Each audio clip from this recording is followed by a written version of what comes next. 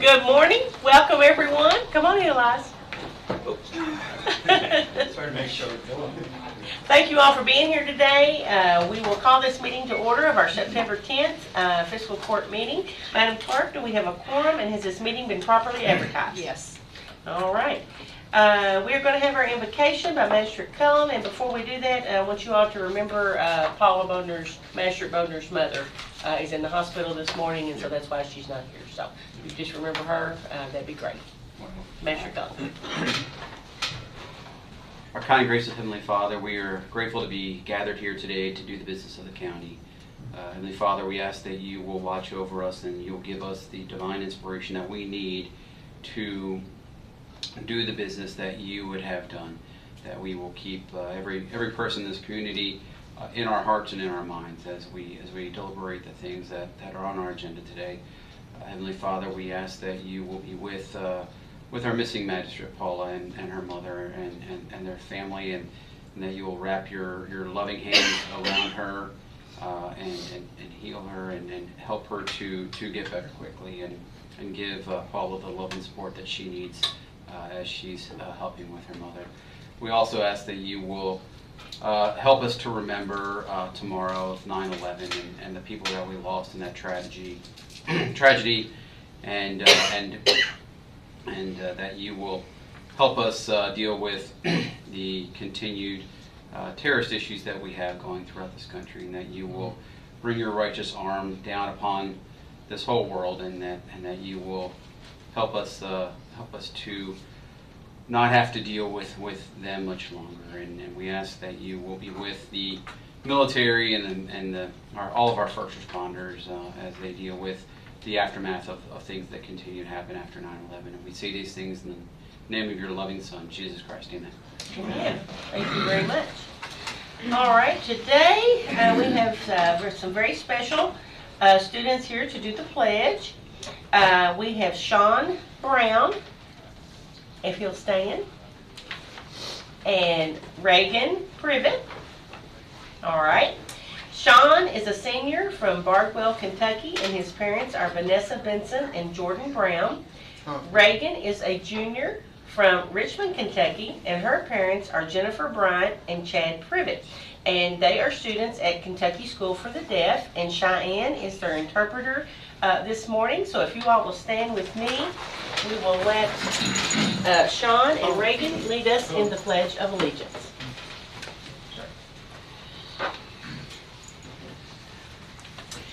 I pledge allegiance to the flag of the United States of America and to the republic for which it stands, one nation, under God, indivisible, with liberty and justice for all. Thank you. Thank you. I have a certificate. So just stand right there.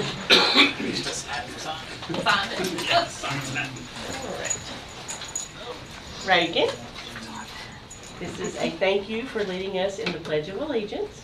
And Sean, thank you for leading us in the Pledge of Allegiance. Thank you very much. Yes, and we're going to get a picture.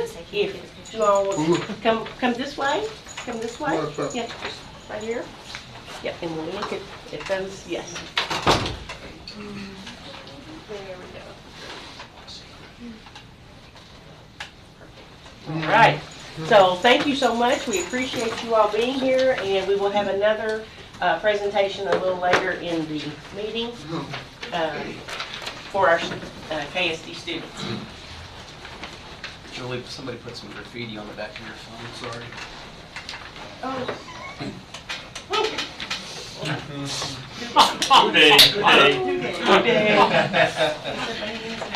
right, we have two sets of minutes. We have the August 13th minutes and we have the August 27th minutes. We will approve these separately. So is there a motion to approve the August 13th minutes? Make a motion to approve. Magistrate Cullen, is there a second? Second. Second by Magistrate Sleeper. Any discussion on August 13th minutes? All those in favor of approving the minutes signify by saying aye. Aye. Any opposed, nay? Motion carries. Thank you. Then we have the August 27th. Is there a motion to approve? Make a motion we approve. Magistrate Cullen, second. Magistrate Sleeper. Any discussion on the August 27th minutes? All right, all those in favor of approving signify by saying aye. Aye. Any opposed, nay? Motion carries. Both sets of minutes are approved. Thank you. Now we have our budget transfers. Ms. Shannon? We have one budget transfer, $30,000. We're going to move money from the reserve to the tax administration software account. Make a motion, we approve the budget transfer as presented. Okay, we have a motion by Magistrate Gay and a second by Magistrate Harmon. Any discussion on the transfer? All those in favor of approving signify by saying aye. Aye. Any opposed, nay? Motion carries. Did you want to speak on the revised, or that this in their packet? It should be, I sent an original Yeah. for $1 million. Mhm. When we had to move this $30,000, I did a revised, and it's $970,000 now that we're going to move from the general fund into the interest-bearing account. And that's cash transfer? That's cash Okay. transfer. All right, so now we'll approve the cash transfers Oh, we got two more. of budget. Cash. Cash. They're interfund transfers. We're going to move $55,000 from the general fund to EMS and $50,000 from the general fund to the fleet account. Okay, motion to approve. Second. Motion by Magistrate Cullen, second by Magistrate Gay. Any discussion on the cash transfers? All those in favor of approving signify by saying aye. Aye. Any opposed, nay? Motion carries. A lot of trickery going on today, you guys. Okay. Approve the bills. Ms. Elaine.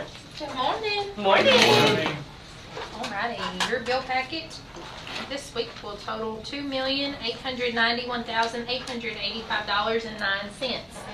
We're also going to pay the sheriff's WEX bill that was turned into me for $9,207.48.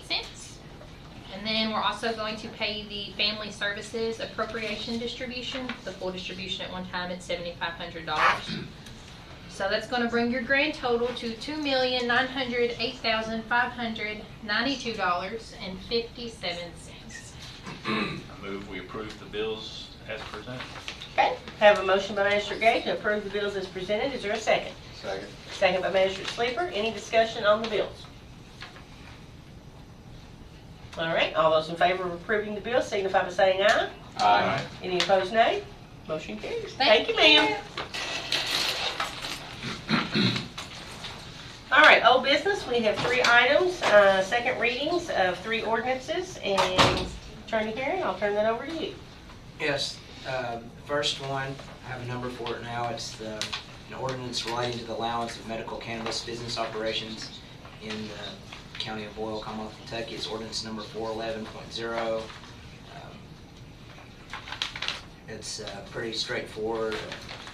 Back in April, the General Assembly passed a bill amending the medical cannabis, or creating a medical cannabis chapter to the KRS, authorizing local governments to prohibit or allow cannabis operations. And through fiscal court, you guys voted that you would like to allow businesses to operate within Boyle County. So I'm just put it in writing, and this is the second reading. Make a motion, we approve the second reading of ordinance 411.0. Okay, we have a motion by Magistrate Gay, is there a second? Second. Second by Magistrate Cullen. Any discussion on the second reading? Judge, I'd just like to say once again how, while I voted for this and will vote for it again, I have some reluctance understanding, having been in healthcare administration for nearly 2.5 decades. Interestingly, I think it was reported in the Courier-Journal and other newspapers that even the state was shocked when over 5,000 individuals statewide have applied to try to be part of the production of cannabis for medical reasons. I understand that, and I'm prayerful that this will be a good move for our Commonwealth. Thank you, Mr. Evans. Any other discussion, comments? Seeing none, all those in favor of Approving the second reading of Ordinance 411 relating to the allowance of medical cannabis business operations in the county of Boyle, signify by saying aye. Aye. Any opposed, nay. Motion carries. Second reading is presented. Okay? Okay, and our next is ordinance number 920.25. It's an ordinance amending the zoning ordinance text in Article 4 of the joint zoning ordinance 920.7 for Boyle County, Kentucky, relating to alternate parking surface.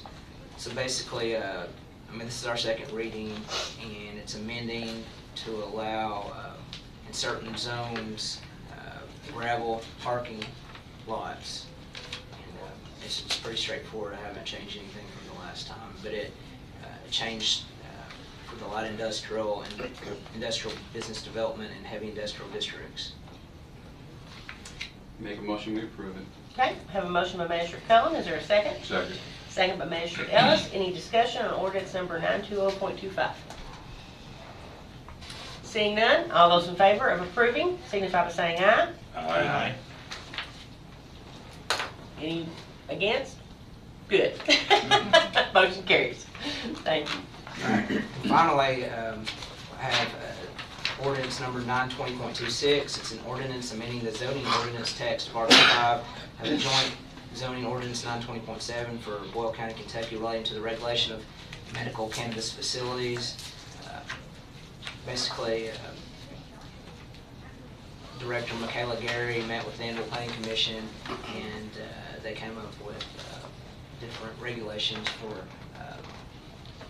the industry of medical cannabis and how it's going to be sold in Boyle County. And we're adopting those recommendations. And the last time I didn't have medical cannabis facilities, I just said cannabis facilities, so I went back and I added that to everything within to make it as the fiscal court wanted and how it should have been to begin with. So that's basically it. All right. Is there a motion to approve ordinance number 920.26? So moved. Okay. Magistrate Gay, is there a second? Second. Magistrate Cullen, any discussion on this ordinance? And this is where there would be a limited number of sites statewide, correct? Well, I mean, it limits just like what you can have produce within the county, as far as like what kind of facilities can be within a certain area within the county and so forth. There should be an attachment to the ordinance where it goes into detail about that.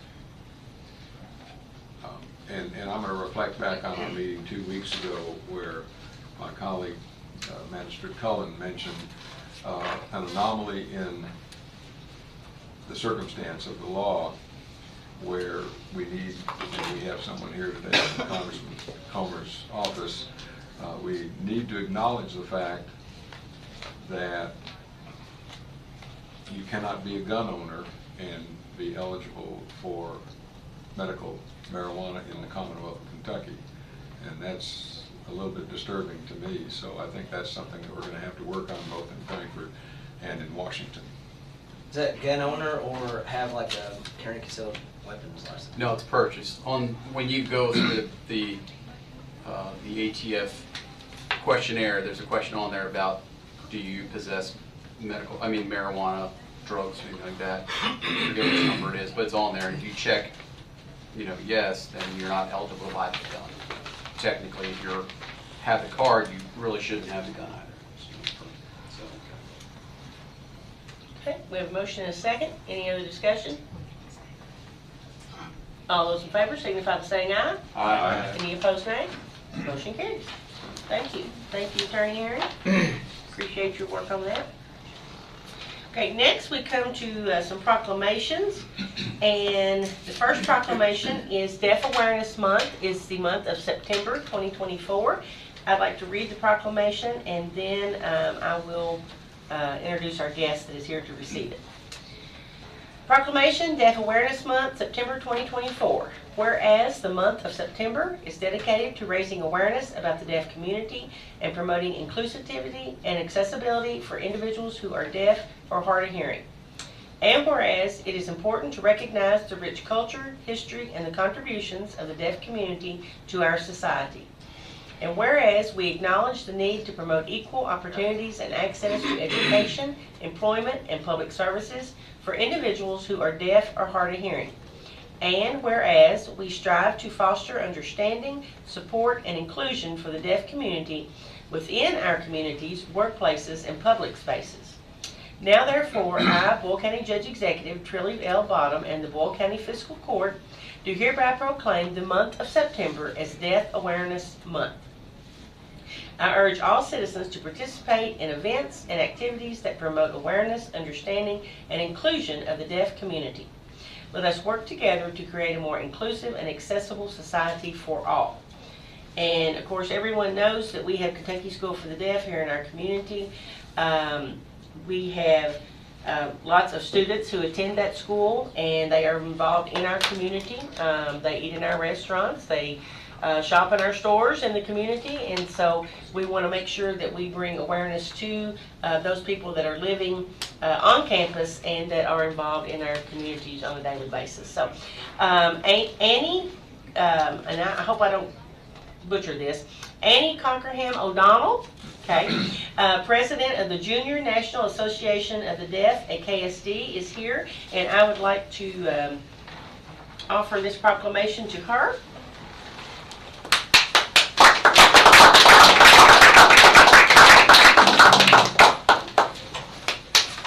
And first of all, I'd like to ask her if she has anything she'd like to say. I wasn't prepared, but I do want to say thank you. Okay, awesome. All right, good deal. We'll get our picture back. All right, we just so appreciate you so being much. here. Yeah, thank you. Judge, can I comment while you're? Yes, Magistrate Ellis. Y'all don't have to say. I think folks know that I'm a bit of a history buff, and since we're known as a city and county of firsts, I've said this before on the 200th last year, but our school for the deaf, founded in 1823, was the first in the entire nation 201 years ago that was a public-private joint venture to bring education and both academics and athletics to an extraordinary campus that we have here.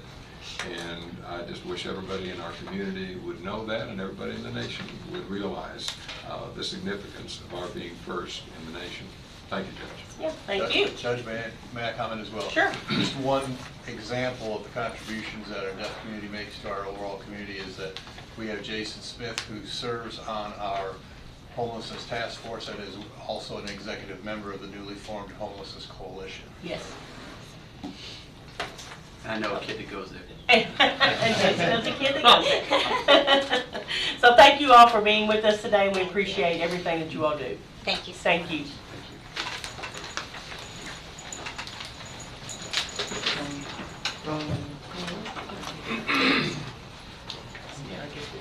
Thank y'all. Can we get a motion to approve that proclamation? I move. Magistrate Ellis, second by Magistrate Cullen. All those in favor signify by saying aye. Aye. Any opposed, nay? Motion carries. Okay, next is the proclamation Judge. for, Can I circle back on one thing real quick? sure. Just to follow back on what Tom said, the question number is 21F on the ATF form. It says, are you an unlawful user or addicted to marijuana, depressant, or stimulant, narcotic, or any other controlled substance? If you answer yes to that, then you may not purchase that gun, but you also technically may not allow to possess a gun. This is unlawful. This is unlawful, yeah. They lawfully possess. Yeah, but it's ATF is federal. And the federal law trumps the state law. So, so that's where it gets sticky. So, yes. Thank you. Okay, next proclamation is for Constitution Day, and I have asked some special guests to be here. Again, I'll read the proclamation and then I will introduce our guests. So, proclamation for Constitution Day, whereas the Constitution of the United States is a timeless document that has served as the foundation of our democracy for over 2 centuries. Whereas Constitution Day is a time to honor and celebrate the rights and freedoms that the Constitution guarantees to all Americans. Whereas on this day in 1787, the delegates of the Constitutional Convention signed the final draft of the Constitution, laying the groundwork for the government that we have today. Whereas it is important for all Americans to understand the significance of the Constitution and the role it plays in our daily lives. Now therefore, I, Boyle County Judge Executive Trilly Bottom, and the Boyle County Fiscal Court do hereby proclaim September the 17th, 2024, which is next Tuesday, as Constitution Day. I encourage all Americans to take time to reflect on the importance of the Constitution and the freedoms it protects. Let us honor the legacy of the Constitution and strive to uphold its principles for future generations. I have asked Judy Sawicki, who is with the Daughters of the American Revolution, to be here today. So Judy, if you'll come up. I want to introduce our wreath. Yes, I want you to introduce. Teresa McGee is going to receive for us today. Okay, and then And I after have that, if and I you have pocket constitutions if anybody wants them. okay, go ahead and you can pass those out. Yeah. I want one. Sure, sure. Raise your hand if you want a pocket constitution. I just wanted to say that next Tuesday, Yes, I want you all to tell all the what's going on. downtown churches at 2 o'clock will ring their bells for 2 minutes all over town.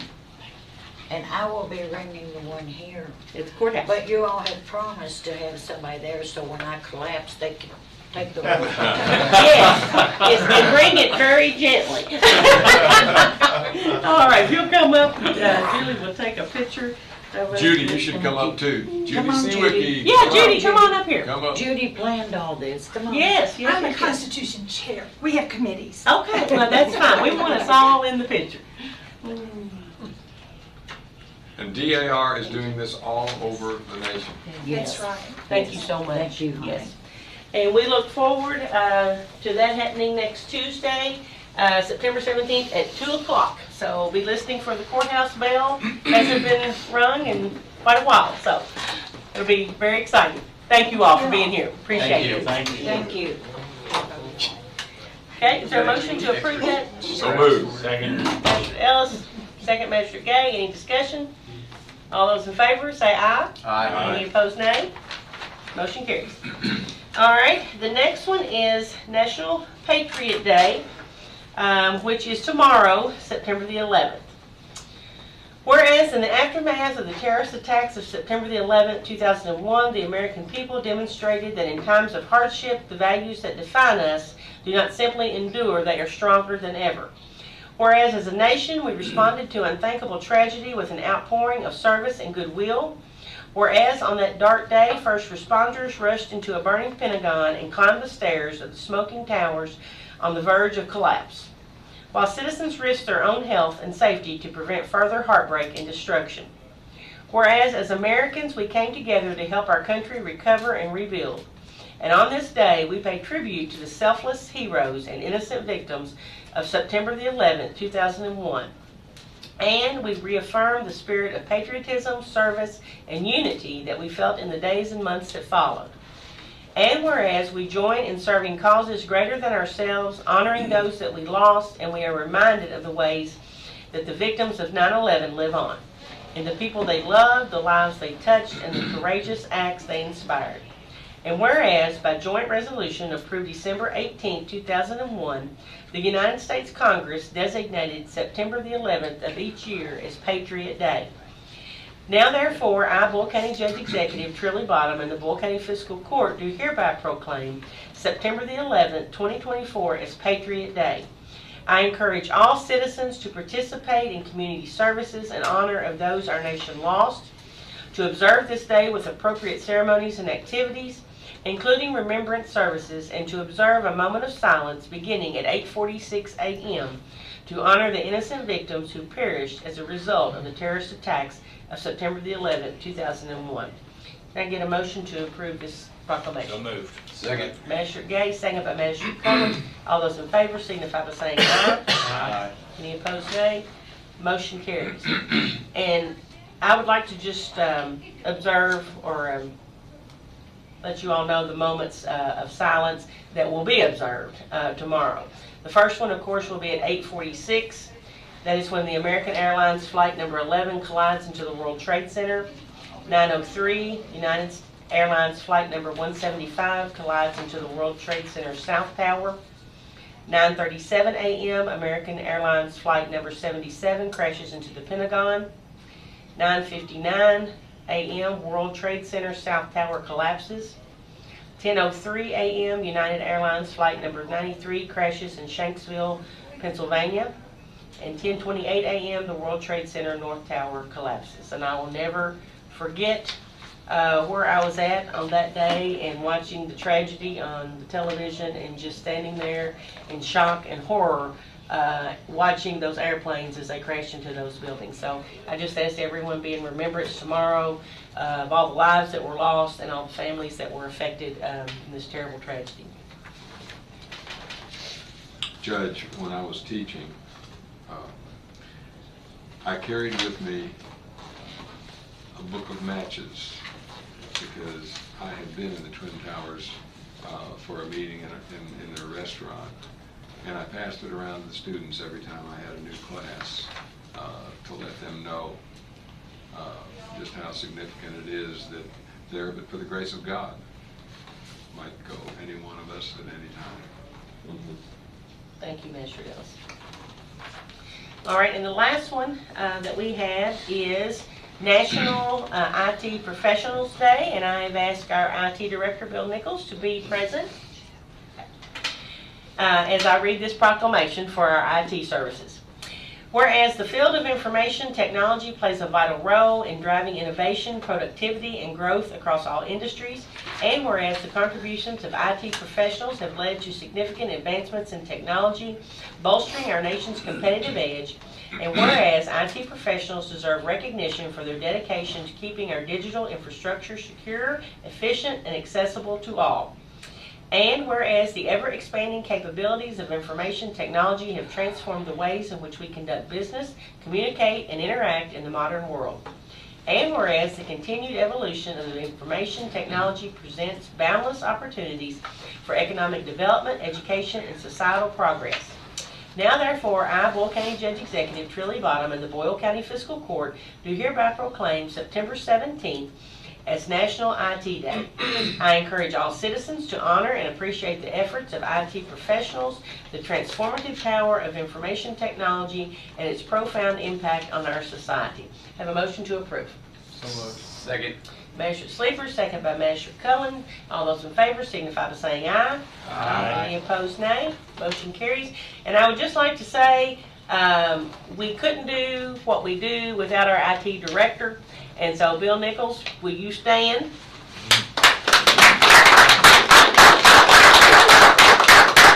And not only is this an exciting day to recognize National IT Professionals Day, but Bill has some exciting news that I will extend to him if he would like to share it with the room.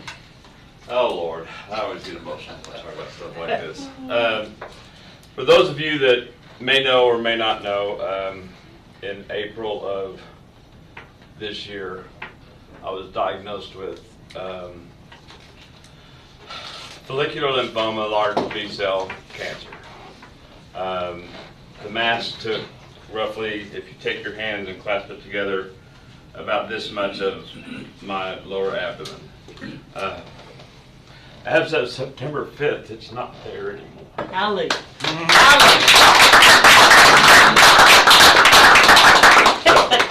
And the doctor expects a complete remission. So.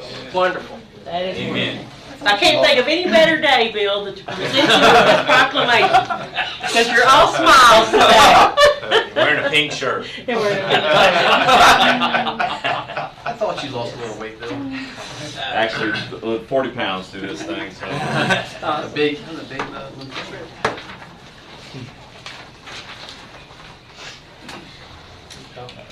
So thank you, Bill, for all that you do to keep us in the airwaves and on the TV and everything that we do. I would like to ask, though, that we adjourn today in memory of the City of Danville IT Director, James Morris. He passed away this week, so again, it's only fitting that this happened today so that we can remember him. And so when we get ready to adjourn, I'd like to ask that we do that. Thank you, Bill. I'll let you return to your post. I can't write yet. Okay, all right. I taste stuff to do. Well, while you're up, can you see if the jail people are out there in the hall, please? Jail people. Let 'em Jail out. people. Jail people. We have them up here now. Them there jail people. Them there jail people. There's them jail people. There's the cheese. He's loving it. Come on in, come There's an on old in. jail person. All right, so at this time on our agenda, we are going to recognize our employees that have years of service.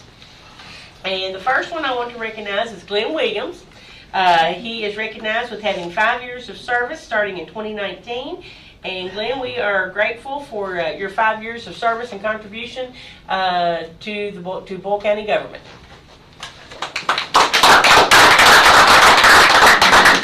You'll film up. Miss Julie likes to take pictures of everything. The one little bit I want to say, brag on Glenn. He saves the county a lot of money when it comes to maintenance. Thank you so much. He can do Appreciate anything your he service. can. He can watch them, and the next time he can do it. So he saves us a lot of money. He's very good. All right, and next we have Melissa Jones. Melissa is celebrating 30 years of service with Boyle County government. And Melissa's pretty special to me. We kind of grew up together in this place.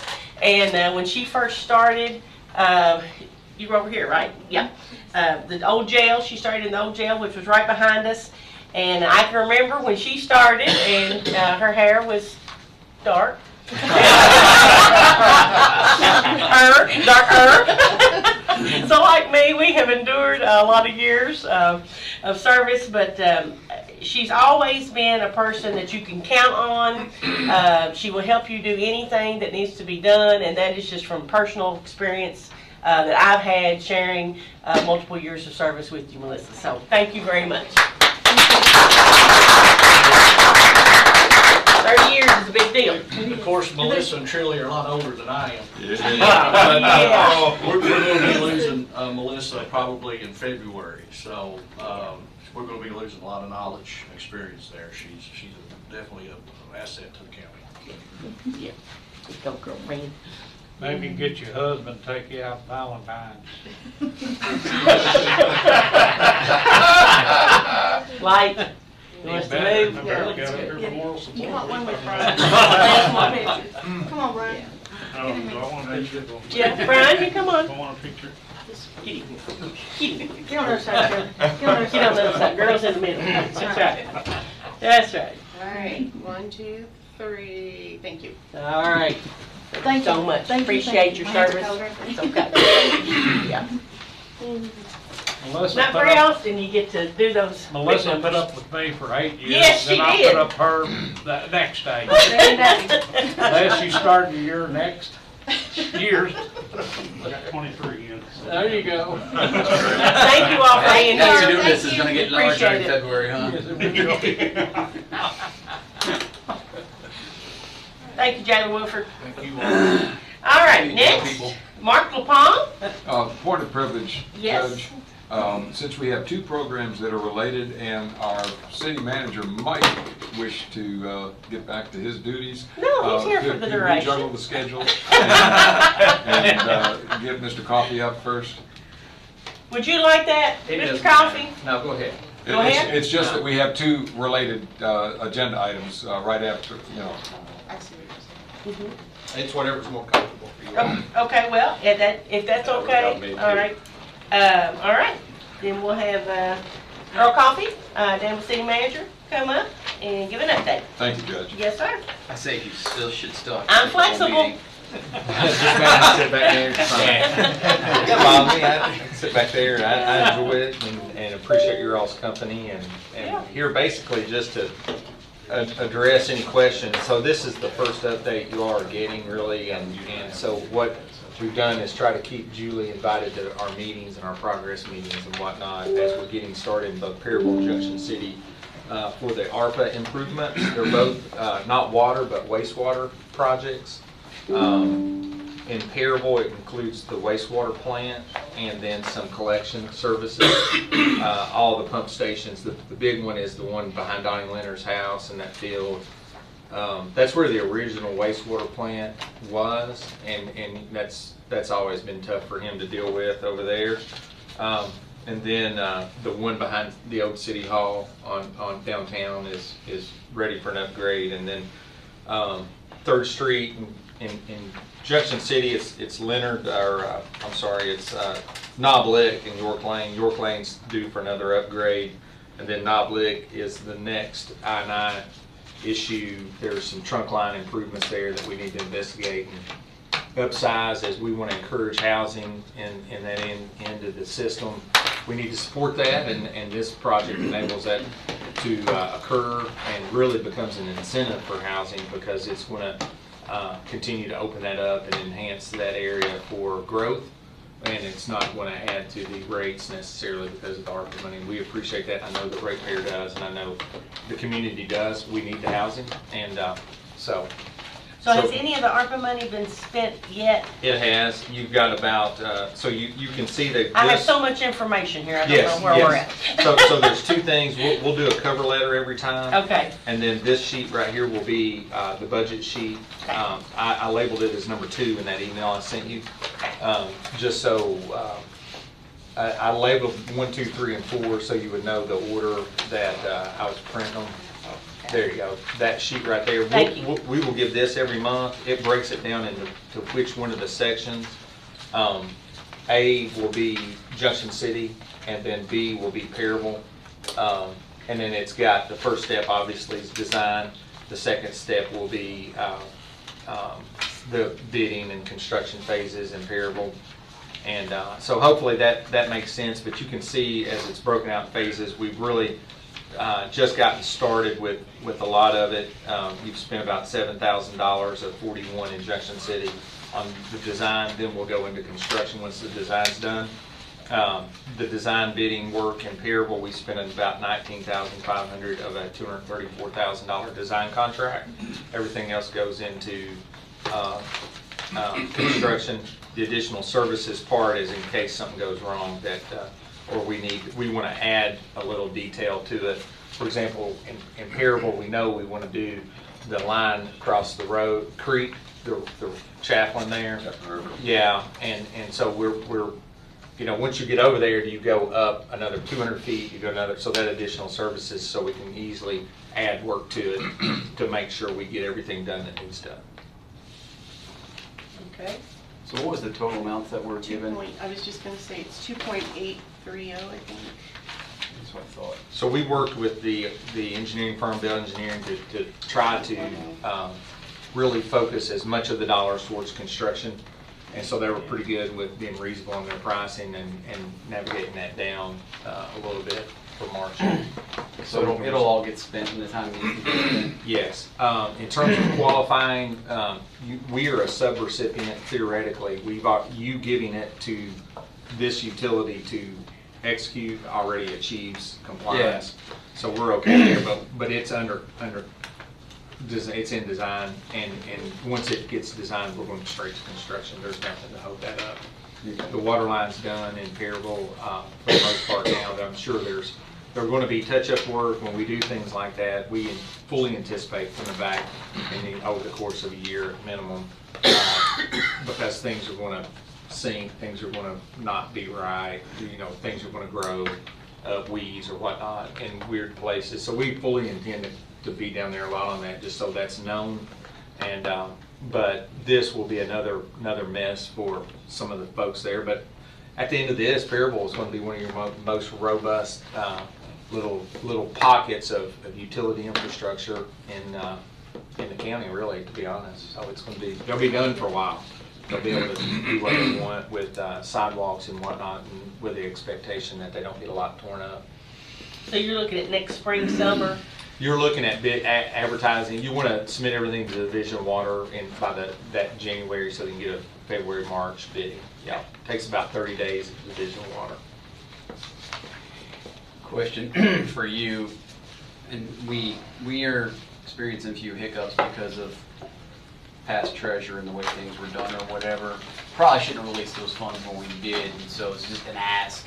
If y'all have that money parked anywhere, it's earning any interest. If y'all want to split that with us, we'll take it. We, right now, it's separated, but right now, the interest is anticipated to go back into construction. If there's any surplus funds, we'll surely talk to you about it. Okay. Yeah. Perfect, thank you. Okay, any other questions, comments? Thank you, Earl. We Thank appreciate you you all. coming I and giving us an appreciate y'all's update. patience. Do anything, holler at us. All right, thank you so much. Have a good day. Too. All right, that's a lot of paper. Tom, you wait down there? No questions for us? Later. Later? Keep going. Just reiterate, these are county funds. These are county. Yeah, go ahead, Jill. These are county funds that we invested in water, injunction, and parable to keep the rates from going up in the next, we hope, 10, 15 years. Right. Other than your cost of living increase. So, Correct. If not, the funds would have, they would have needed to borrow funds or whatever to make these replacements, and then those things would have gone rates up. would have gone up So even more. we weren't able to use this money to make the rates currently go down. It stopped them from going up. This was the focus when we It's a did great this. partnership. All right, so now we have Mark LaPalme. You sure? I think so. What he said, anyway. Yeah.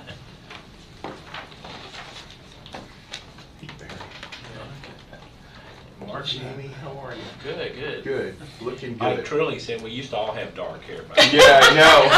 That's right. We all had hair. Yeah. And had hair. Back in my toupee wearing days. He's bringing the comb over back. See what yours is? All right. And you've got a recovery center presentation for us? We do. All right. It's in the computer, but I can get that real quick. Okay, whenever you're ready, Yeah. we're ready. All right, I'm gonna mute the sound on this I already one. did. Oh, you did? All right. They don't And want to hear you rock and roll. how do I shift slides? Just hit the mouse button. The right, left? The Left. left. Maybe. We're going to take that proclamation back. I know.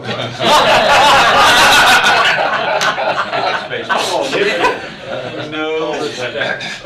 And now? There, somebody take this.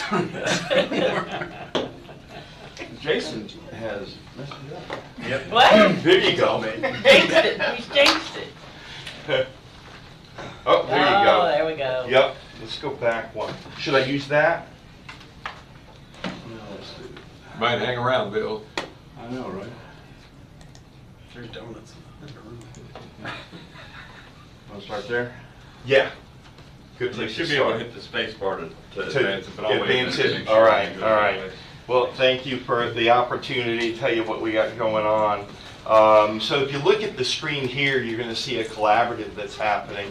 It's going to be between Altogether Recovery, Better Life Properties, a family healing center, and then we also have a nonprofit that we're going to be starting as well. So it's quite the collaborative that we've been able to pull together for the Boyle County project. Just kind of want to thank you for the opportunity to be here and explain what our plans are. I met Steve at the Homeless Coalition meetings. And as many of you know, I've got a huge heart for the unhoused and the addicted, so that's what I love to do. My name is Mark LaPalme.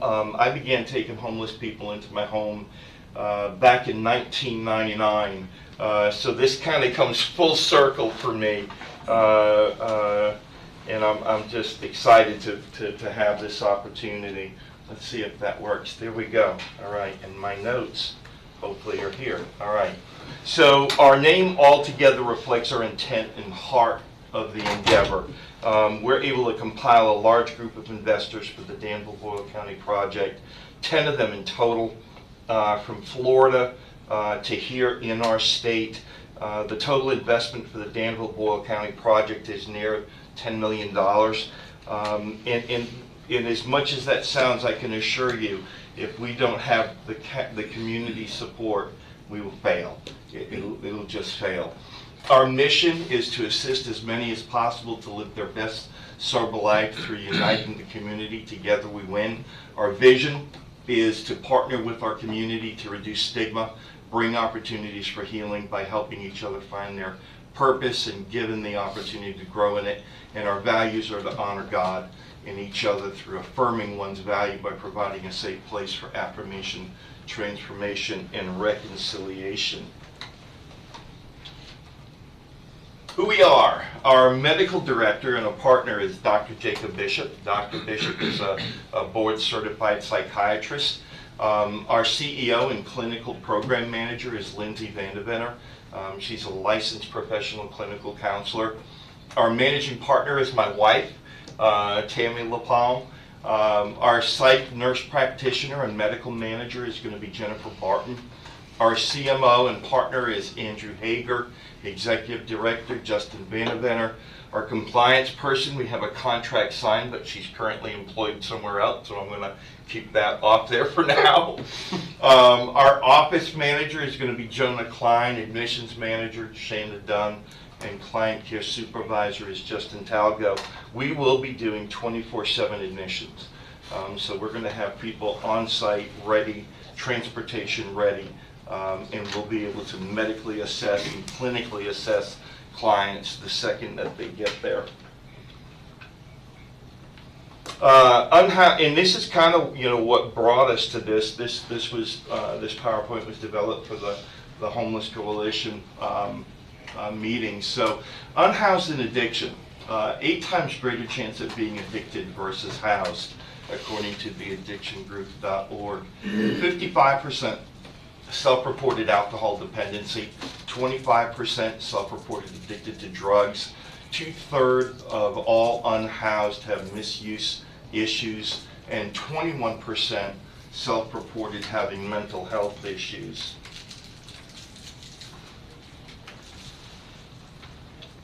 Our nonprofit is Healing Families Together, working with those suffering from substance use disorder and other mental health issues, as well as families, and providing housing, clothing, nutrition, job training, employment opportunities, education, and therapy. We're going to be working with local nonprofits that assist with children. That's going to be our main focus. One of those is called the Blameless Children. Something unique that we're going to be starting is a DBA called Puzzle Pieces of Grief. There's not a lot of resources available for parents or grandparents of people that were suffering from substance use disorder that passed away. And so we have a plan to start up a partnership with different organizations that bring resources to those people. And of course, Hands and Feet Ministry, we're people of faith, and so that'll allow us to be practical and meaningful ways to use our faith, from assisting with small housing projects to working on single parent cars.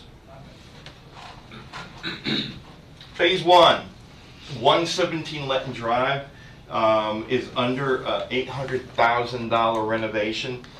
That used to be an adult daycare. That brings the building up to I-1 building code to provide the level of care necessary. We're going to be doing 3.1 low-intensity residential, clinically monitored level of care. That's a first for Boyle County. We're also going to be providing 3.5 high-intensity residential, clinically managed level of care, also a first with withdrawal management. We're going to be treating dual diagnosis, co-occurring disorders. We're going to be using medication-assisted therapies, Suboxone, Sublocade, Vivitrol, and maybe methadone. We'll see. The restrictions for that are a little bit different, but we'll see how that plays out. We will be AODB licensed, ACM CARP accredited. Our projected opening date is going to be 11/1. I think we're on target for that. We're going to be starting with a 50-bed men's center. We're going to phase in the occupancy. Obviously, we're not going to start with 50 men. It'll happen slowly and over time. But we hope to be at our occupancy by February 25. We're going to be using a trait-based model of recovery, which is very unique. A lot of models today are the Minnesota model from Hazleton. This is a new model which just replaces a decades old model, and was actually developed by one of my graduates at Isaiah House, who went on to get his PhD. We're going to be accepting Medicaid, private insurance, self-pay. We'll have a sliding fee scale as well based on Medicaid. Medicare is a little unique. Medicare does not pay for residential treatment. It only pays for outpatient. We're going to provide up to 15% of our beds free of charge to indigent clients if we can get community support. We're going to have a full-time psychiatrist on call, PMHNP 3 days a week, family nurse practitioner 3 days a week, RN on site, 24/7 admissions, 40 full-time staff. All staff will be first aid, CPR, AED certified, intervention, conflict resolution, and de-escalation trained. We'll have a targeted case manager. We're going to have 4 licensed master's degree therapists. We're going to have 6 medical assistants and 18 adult peer support, cross-trained across the spectrum. Methadone is a little bit unique because if you're on more than 40 milligrams of methadone, we can't treat you. It's got to be 40 milligrams or less, unless we can dispense methadone, so you've got to titrate them off. I'm so happy to have Annette here because I'm not a big fan of methadone, and the NET device is a wonderful tool. So in that building there, you're going to have 50? Yes. 50? Yep. Okay. Yep. There's 5 dorms, 10 men per dorm, 5 bunks each. We've put sprinkler systems in, and fire doors, and fire-rated drywall, and firewalls, and we've been through the whole thing. It's been a good experience.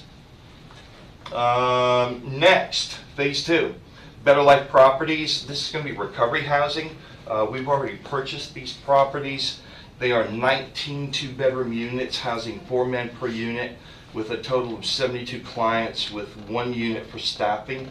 It'll be on the sliding fee scale between $60 and $150 a week, including $350 a month in utilities. It's a collaboration with different investors from ATR that we are engaging with. Unlike regular apartments, the clients we serve most likely can't put utilities in their name, and so all the utilities are going to have to be in our name, which puts us on the hook for the utilities.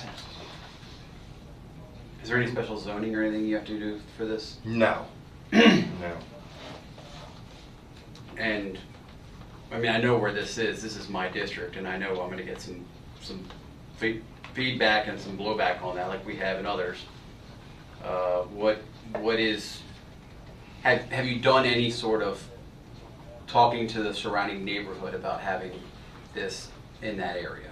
That is going to be something that we're going to be required to do by the certification process. So NAR certification, the National Association of Recovery Residents, will have us doing that for certification. And when will that happen? That'll happen. We've applied for certification already. Kentucky is overwhelmed with the certification process right now, so they've actually subcontracted that out to Virginia, and so we're just waiting on them to tell us when we can proceed. So talk to me about the process then. Is that just you're notifying them, but there's really going to be no feedback? It's going to happen, and it's going to put it down their throats, and they're going to deal with it? Correct. All right. Yeah. Yeah, absolutely. These are 4-person apartments. There won't be any more than 4 people per apartment, which is all protected by the ADA.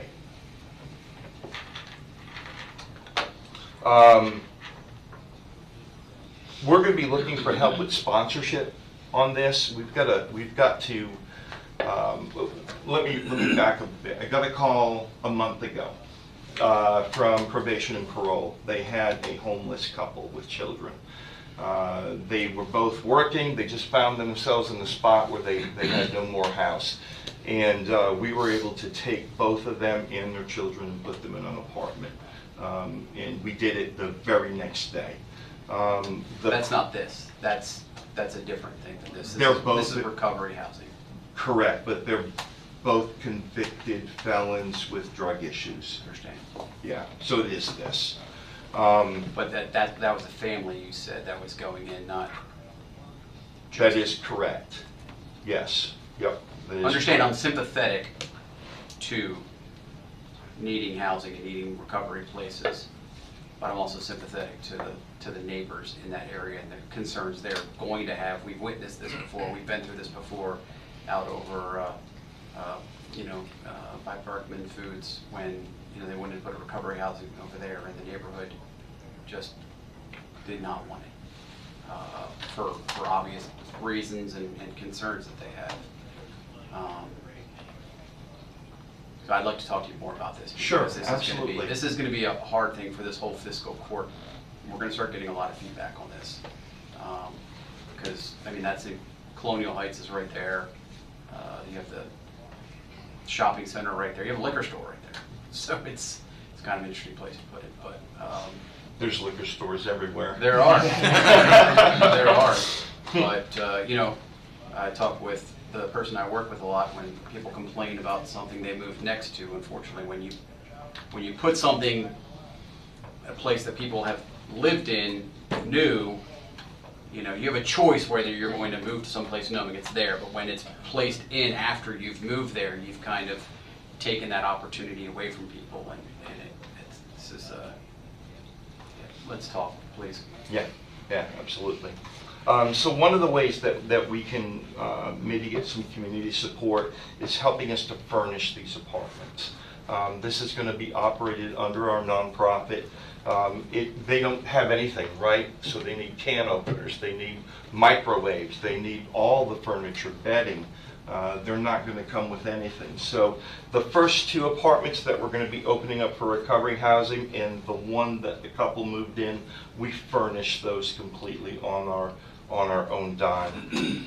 But that's not a good business model. And in this particular endeavor is where we're going to need help from the community on if we're going to make it work. I think we can make a great impact on the unhoused in our county.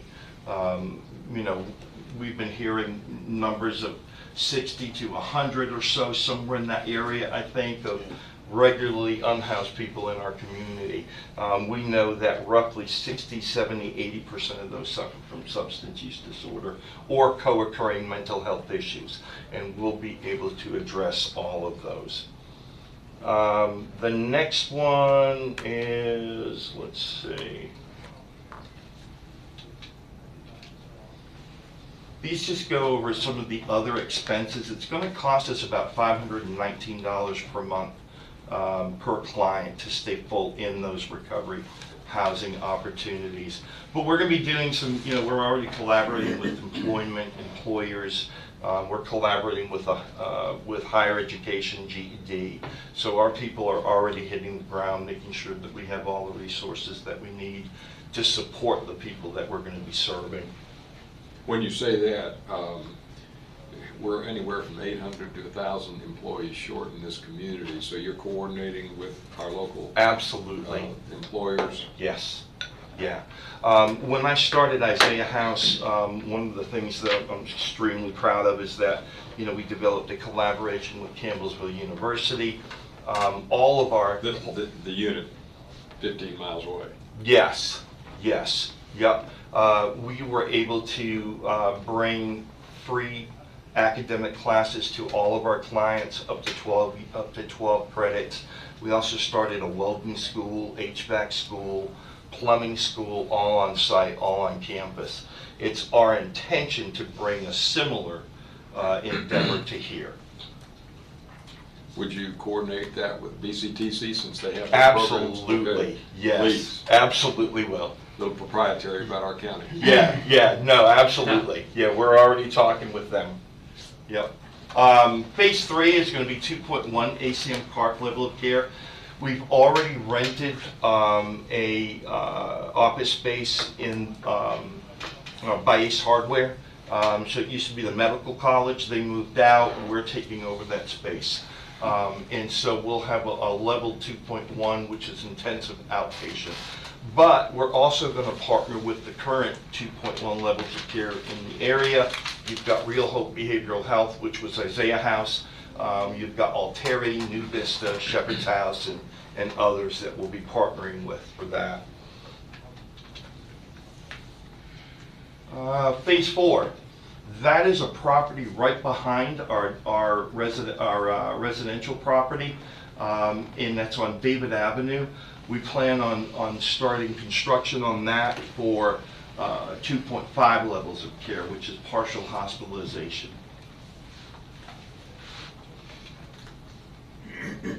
3-year goal, duplicate it for women. The process works. We've got a proven track record. We've been approached by Washington, D.C., right, for our programs. Mitch McConnell and Rand Paul, HHS, and all of those people have visited Isaiah House in the past. And so we're going to bring the same level of care, the same integrity that we're going to be doing for men, and we're going to open it up for women. So we're currently looking for a place for women and children because we think that's an area that is unmet. And I want to end with this. We're going to be, all of our staff are going to be ASL trained, and we're also going to be trained for Spanish as well. So we're going to have ASL and Spanish-speaking staff on every shift. That'll make us extremely unique in the area. So that's what I got. And Jason, if you want to give me your number or card, and we can have a conversation. Yeah, I'm taking your number down now. Okay. All right, anybody have any questions? Comments? All right, Mark, thank you for being here and your presentation. Good luck to you. Thank you. Thank you, Mark. All right, next we have Net Recovery Center with Jeff Lott. Judge, by reintroduction, what was the date, Joe, when you presented to KMCA? It was in April of 23. Oh, no. KMCA, that would have been in, So it was 23 and it was 22. We presented I was 2 years in thinking a about row. back that It was far, 22. yeah. Yeah. We were privileged to have these gentlemen with us that long ago, and we considered being one of the very few in a pilot program. With my medical background, I understood when the court was not favorable to it since FDA approval had not yet been achieved. That has now taken place, and this dovetails perfectly within the last program. So by way of introduction, Jeff. all right, thank you. I'm trying to get this in presentation over here. I aspire to. There we go. You're gonna... All right, thank you for having me. My name is Jeff Lott. I'm here on behalf of Net Recovery. Net Recovery is a small family-owned company. I think, including myself, we have 12, 13 people.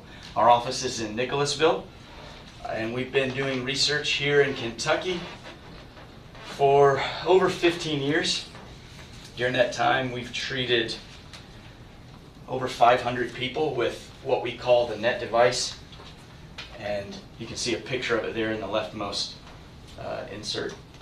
It is a device that's about the size of a cell phone. You can see it's got a wire coming out, and it splits off into 2 electrodes. The electrodes are about as big as my fingertips. It's a little gel sticky pad, similar to an EKG pad that you put on someone's chest, but smaller. And it goes right here behind the ears on the mastoids. And the device is powered by a 9-volt battery, and that 9-volt battery is sending these little micro pulses of specially shaped, I'll say, electricity that's meant to stimulate the brain, specifically the nucleus and compass, and it creates an accelerated healing process for a person who has stopped taking drugs. We promote abstinence without medication. We're not against medications. They have their place, they're useful tools, but we feel that this is another very useful tool for a vast number of unserved people who are struggling with OUD, who perhaps prefer not to use the medication or have found that while the medication might help decrease their illicit use, perhaps they want something that might decrease it even more. And we feel that this is a tool that can do that. We feel that if we can get them through withdrawals with little discomfort, then they'll stay in rehab. And if we can take away their craving, then that'll help them to be abstinent long term. You can see a graph here of people that are estimated to be struggling with OUD in the United States, and those two bottom colored portions are the ones who are on medication. The blue section would be people who are not on medication, either through choice or they don't know about it, or for whatever reason they're not seeking any type of treatment at all. So there's a very large population of people who either don't like the medications, don't want them, or aren't able to get them. You can see here a history of overdose deaths. This is in the United States. You can see what specific opioid or opioid combination is causing that. As further evidence that we need more tools in the toolbox, the medications that we have today were started being used and cleared by the FDA on the very left side of this graph. So you can see that deaths have continued to rise. And I think, thankfully, this year was the first year in many that it actually did go down very slightly, but still over 2,000 every year in Kentucky alone. Little brief history on us. I mentioned 15 years plus of research. We started back in 2006 over in Powell and Perry counties, sponsored by CRED. You can see a large study we did there in 2011 to 16 in connection with Spalding University here in Kentucky. There was a film made, some of you might have seen it or at least heard of it, narrated by Ewan McGregor, who plays Obi-Wan Kenobi, but very well made film, filmed here in Kentucky. You get to watch 5 gentlemen go from addiction into rehab and get to experience treatment. Could we access that somehow? Sure, it's on Amazon Prime. We don't own the rights to it. We didn't make the film, so we don't have the ability to give it away for free. But yeah, it's copyrighted like every other film. But if you go on Amazon Prime, it's like $1.99 to rent. So I can email you a link if you'd like. Yeah, please do. And then the last time we spoke to you guys was in, I believe Joe made a presentation. Joe here's my colleague, our CEO. In 2023, and we weren't yet finished with our clinical trial, but we have since finished that, and we've got some data I'm going to share a little bit with you in a minute.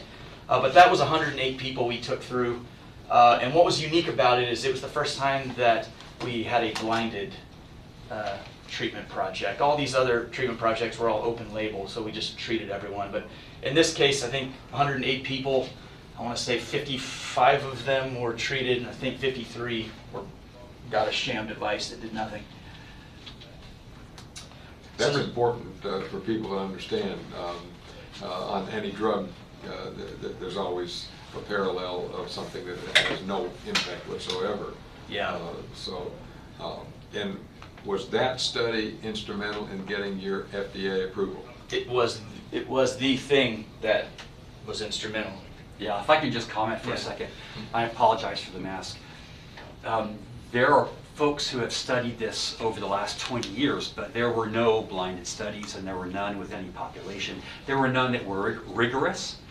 So we went to the FDA and we went to the NIH and NIDA, and they gave us 2 choices of the top 2 researchers in the United States. One is Sharon Walsh, who I think is in Louisville or Lexington and is doing the HEAL initiative.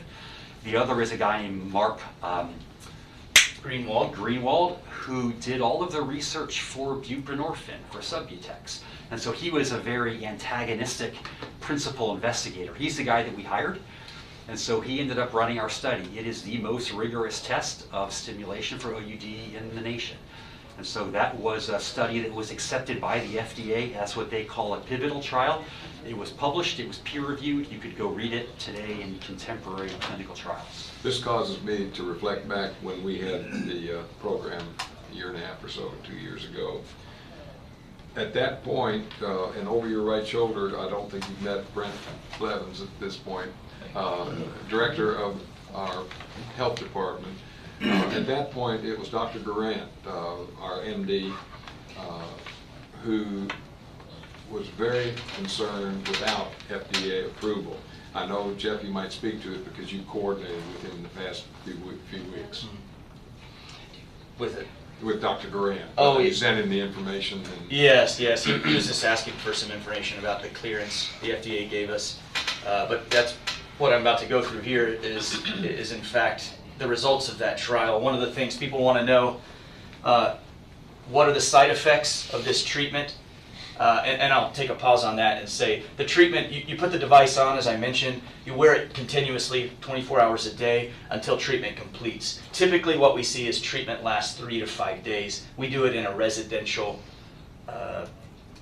rehabilitation setting. So a person leaves home, They leave home, they come check in, they come be admitted, I suppose you'd say, into a residential rehab facility. They're assessed by medical personnel. If it's determined that they would qualify, then they're basically written a prescription for our device, and they wear it continuously for 3 to 5 days. The patient decides when the treatment completes. If I were to put this device on any of you, you would say, oh, I can feel a little something. But after a few minutes, you'd probably be irritated by it, and you'd want to take it off. You're familiar with TEMS? Mm-hmm. Could you explain that and any correlation there between the two? Well, I prefer Joe do that. So a TENS machine usually stimulates muscles to move, and so it's a considerably higher power. It also is I'll be a nerd for a minute, it's a sinusoidal wave because it's just trying to trigger a muscle to fire, whereas we have a wave shape that can specifically target dopamine versus serotonin. One of them is stimulating muscles, we're stimulating the vagus nerve and sections of the brain. So they both are pads, they're both electricity, but they're no more similar than two pills of the same color are similar. I bring it up because I'm very familiar with it, because I've used it, and it can be extraordinarily uncomfortable when you're trying to get to the highest level for treatment. You're saying that the discomfort is people need to sleep with it. So part of our early research was how do you put a thing on your head so that you can fall asleep? Some people can't even feel it. Some people can. I've worn it just to see what it feels like. It's not painful. It's just, imagine, it's not exactly like this, but imagine if there was like a fly or bee buzzing right next to your head, you know? It doesn't hurt, but it gets kind of annoying. But if you're undergoing severe opioid withdrawals, it's not annoying at all. It's extremely soothing and comforting. The point in me bringing it up was to say, at some point, once the patient has completed that accelerated healing process, it's no longer soothing, and it becomes irritating to them. And so they say, I think I'm done with this. That typically happens in the 3 to 5 day mark. And is this completely voluntary for the patient? Oh, of course, yeah. I mean, just like any other medical treatment, we would never, I mean, you wouldn't force someone to use it. It would be an alternative. If you want to go and get clean somewhere, you can check in, and you're going through withdrawals, you're starting to feel discomfort, right? Because the dopamine in your body, your body's not making as much, and your body's become less sensitive to what it does make. And so that's not really a big issue as long as you keep getting this influx of drugs. But once that stops, now all of a sudden you feel like you're going to die, and you're diarrhea, and you're feeling nauseous and vomiting, you're sweating, your muscle cramps. And And this supersedes it. Yeah.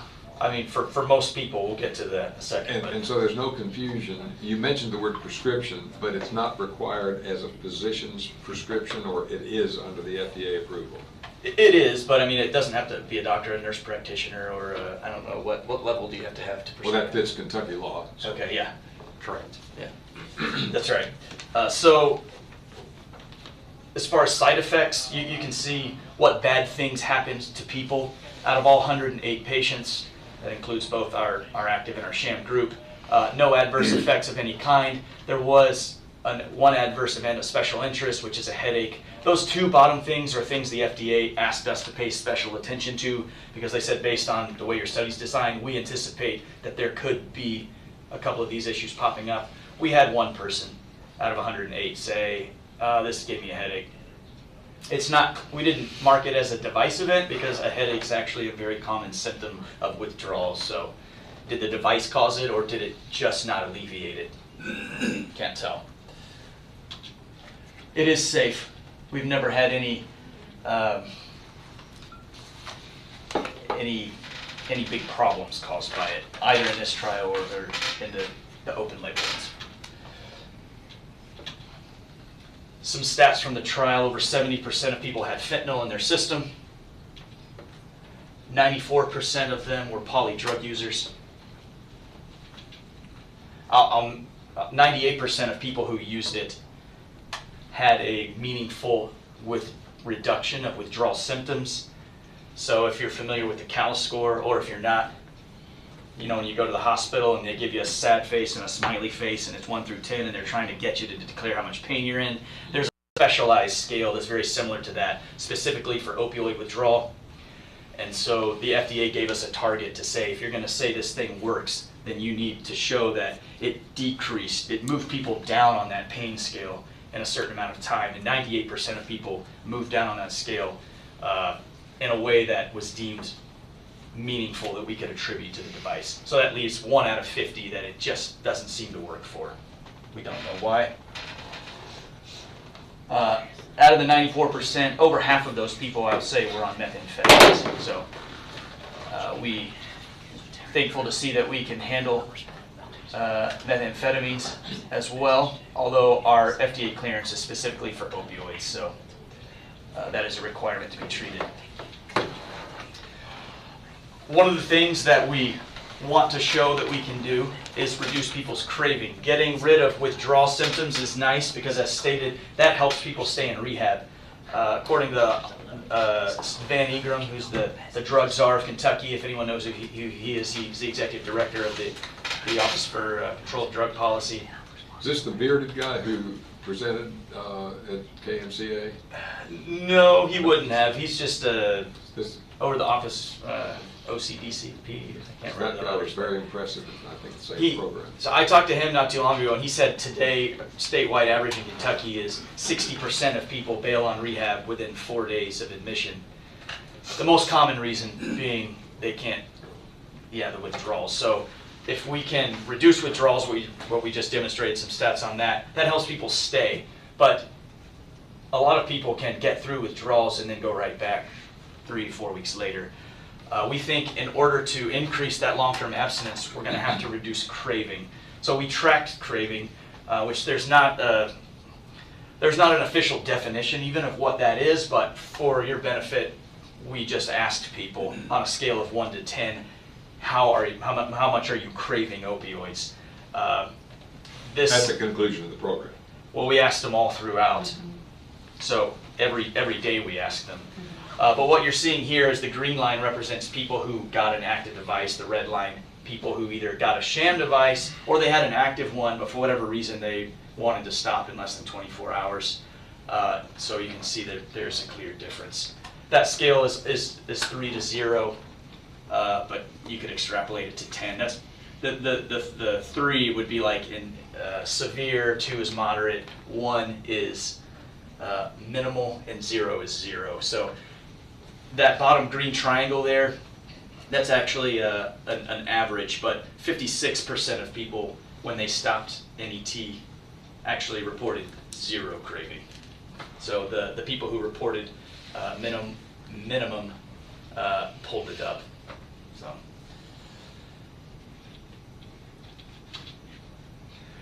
Now, I'm going to talk to you about opioid use days. This is one way to measure more long-term. I'll put that in quotes because long-term could mean 30 days. It could mean 30 years, depending on who you're talking to or what you're trying to measure. But if you're talking about opioid use days, what that would mean is you're going to take a point in time and you're going to look backwards in time at a section. It could be, if you want to keep it the number simple, you could say look back 100 days. And you're going to say what percentage of those days did a person use illicit drugs? So if the answer is 100%, that means they used it every day, right? If it's 0, 0, 50, 50. Now take that same scale for a group of people. Let's say we have 53 people, for example. And if the average of all of those people was 50%, then that could mean that all of them used every other day, or it could mean half of them used every day and half none. I don't want to get too complicated, but hopefully you're following me here. So someone, when they were trying to, they did a study, the people that manufacture buprenorphine, I believe, and they wanted to demonstrate the effectiveness of a person who's on a daily dose of buprenorphine and how much it reduced illicit drug use. So they had a control group, which I'll show you here. They ran people through a rehab program, and then they sent them back out into society, and they said, this group, I should say, is using their willpower to just say no, right? Like when I was a kid, that was what I was taught, just say no, dare. Well, in fact, what you saw is there was about a third, every third day, they were still using illicit. So they had another group that was on a daily dose of buprenorphine. Give them the same thing. They did a look back, and they used drugs 15% of the time, so about cut illicit use in half as long as they were taking their medication. Now, I want to show you what the people who came through our clinical trial, and they were on active NET stimulation for greater than 24 hours. We did a similar look back, and we found that they used 1.4% of the time. It's quite a dramatic drop. Now, I should say that these were the purple numbers and the green number, those are two different studies. So you've got to keep that in mind. It's not the exact same population, and there could be other reasons why our number is lower than theirs. But it is, even if we're twice as wrong, or 3 times, or 4 times, we still appear to compete very well with medication in terms of longer-term abstinence. The people for our study, we tracked about 4 months after treatment. So, lastly, I want to just talk about some economic considerations. I scoured the internet for how much does an illicit opioid user cost society. This were the low numbers I can find. I wanted to be as conservative as possible. I found some that were saying $500,000 a year when you figure in everything for an individual.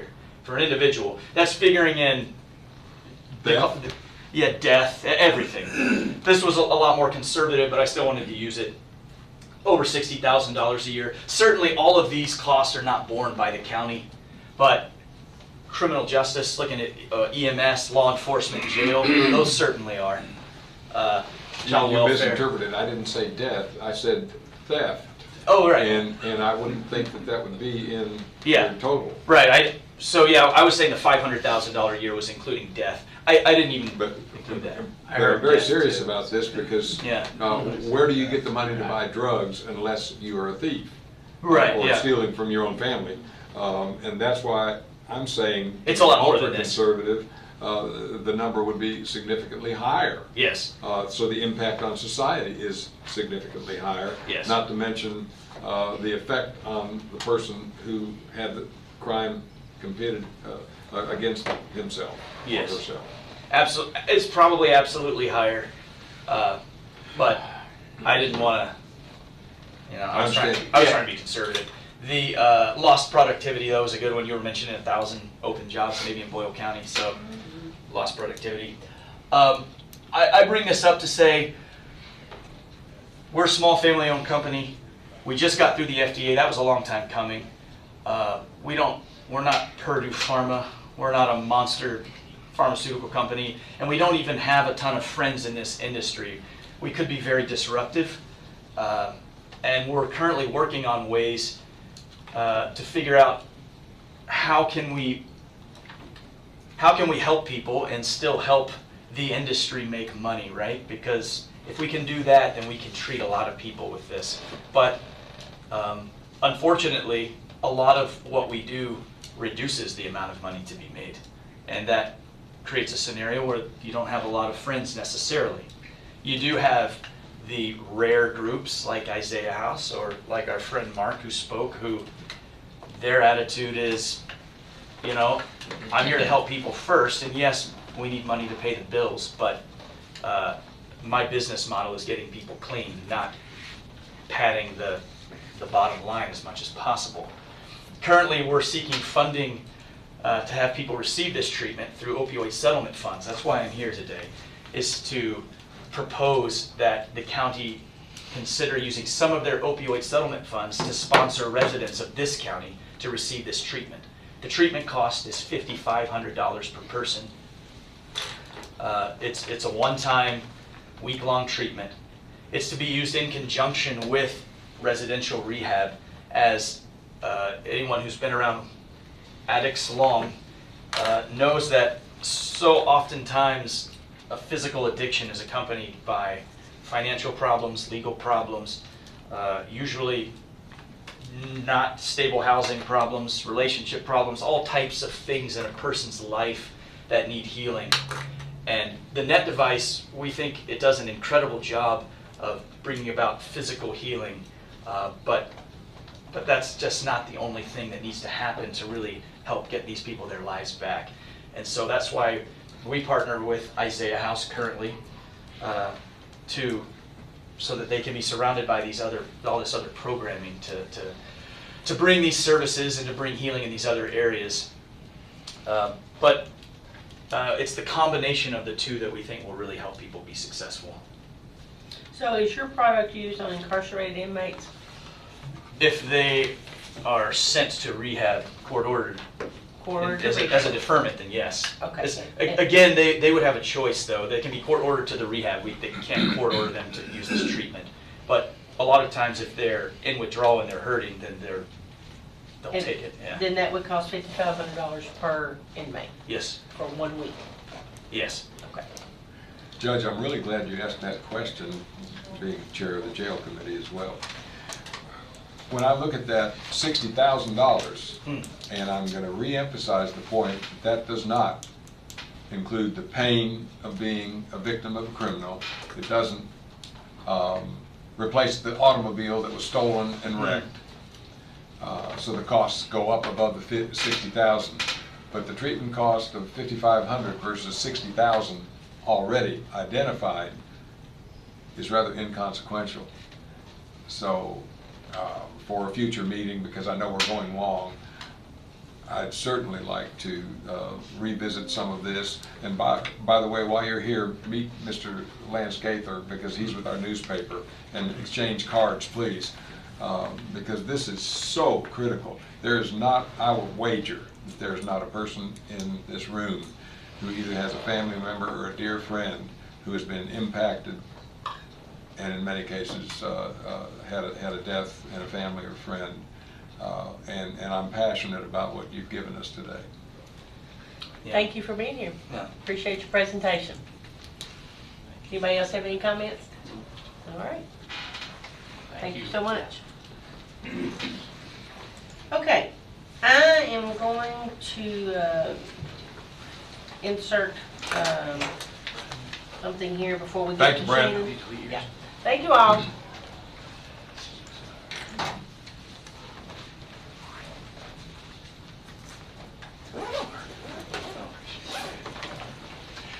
Jeff, Joe, thank you very much. Yeah. Thank you very much. I'm going to ask our HR Director, Steve Griffin, if he will present some exciting news. Yes. Exciting news. Hopefully most of you are aware that our director at the Animal Control Shelter has left us. And with that, we've promoted Elias Delbridge to replace her. And Elias is here. I don't know. He's going to continue doing what she was doing. Plus, he's going to continue working as animal control officer as well. He wanted to do that, which I think will help us out. Anyway, any questions about that? No, are we going to start working on hiring an additional animal control officer? If I can ever get with the sheriff, I was gonna talk with him about maybe if there's someone there who would like to help out like every third weekend or something. That would be awesome. Yeah, so I haven't had a chance to talk with them yet, but hopefully by next week we will. Because, yeah, we've talked about this at animal control with our committee as well, about really working to work with the sheriff's office and see if there's a way that we can strengthen that relationship to have a partnership in handling animal control, so that's good. We'll keep you updated on that. And that will be Elias's main priority, will be animal control. I mean, he's still an animal control officer. He will just be the director that... He's going to take the same schedule? Yes. Basically every other weekend, and then... and we may have to look into an assistant for our medical person that's there. Right, because I know that's been one of the stresses and burdens is just the weekend after weekend. Yes. After hours after hours. Yeah, it's really stressful. And finding a way to work with the sheriff, and you know, we obviously need to, that needs to be a win-win for everybody kind of situation, but I just, I know I've often referenced it, but I know in Virginia, the animal control officers are in Virginia part of the sheriff's department. Yeah, and some of the counties here do that, I believe. Yeah. I've seen some counties do that. But we're hoping to get with the sheriff next week. He's in conference this week, sheriff's conference is this week, so once he gets back from that, we're hoping to get with him. And But you're not looking to hire another officer? An animal control person? not an officer, but a clinic person. As long as we can get coverage. I want to speak to this because I just think it's... I'm not done yet. Okay, go ahead. So, we've taken an officer out to replace, and he's gonna do both jobs? Well, and essentially, but not on the we're setting level that ourselves the up. former director was doing it. Okay. Because now we have a medical care specialist out there that we hired before the director left. So she is doing most of the animal care. Okay. But she may need someone to assist her with all the responsibilities that come with animal care. Elias will still be doing his primary job as ACO, along with Jessica. So, the idea is to see if the sheriff's department will pick up a weekend? Is that what I'm understanding? Yes, to assist with Elias and Jessica on rotation, on weekends, weekend rotation. And maybe even some weekly overtime. Yeah, if we have to do on-call stuff. Well, I mean, they're short-staffed as is. I think we were just looking if somebody wanted to pick up some extra money, make some money on the side. Yeah, I think it's a terrible idea. Then I'm sorry.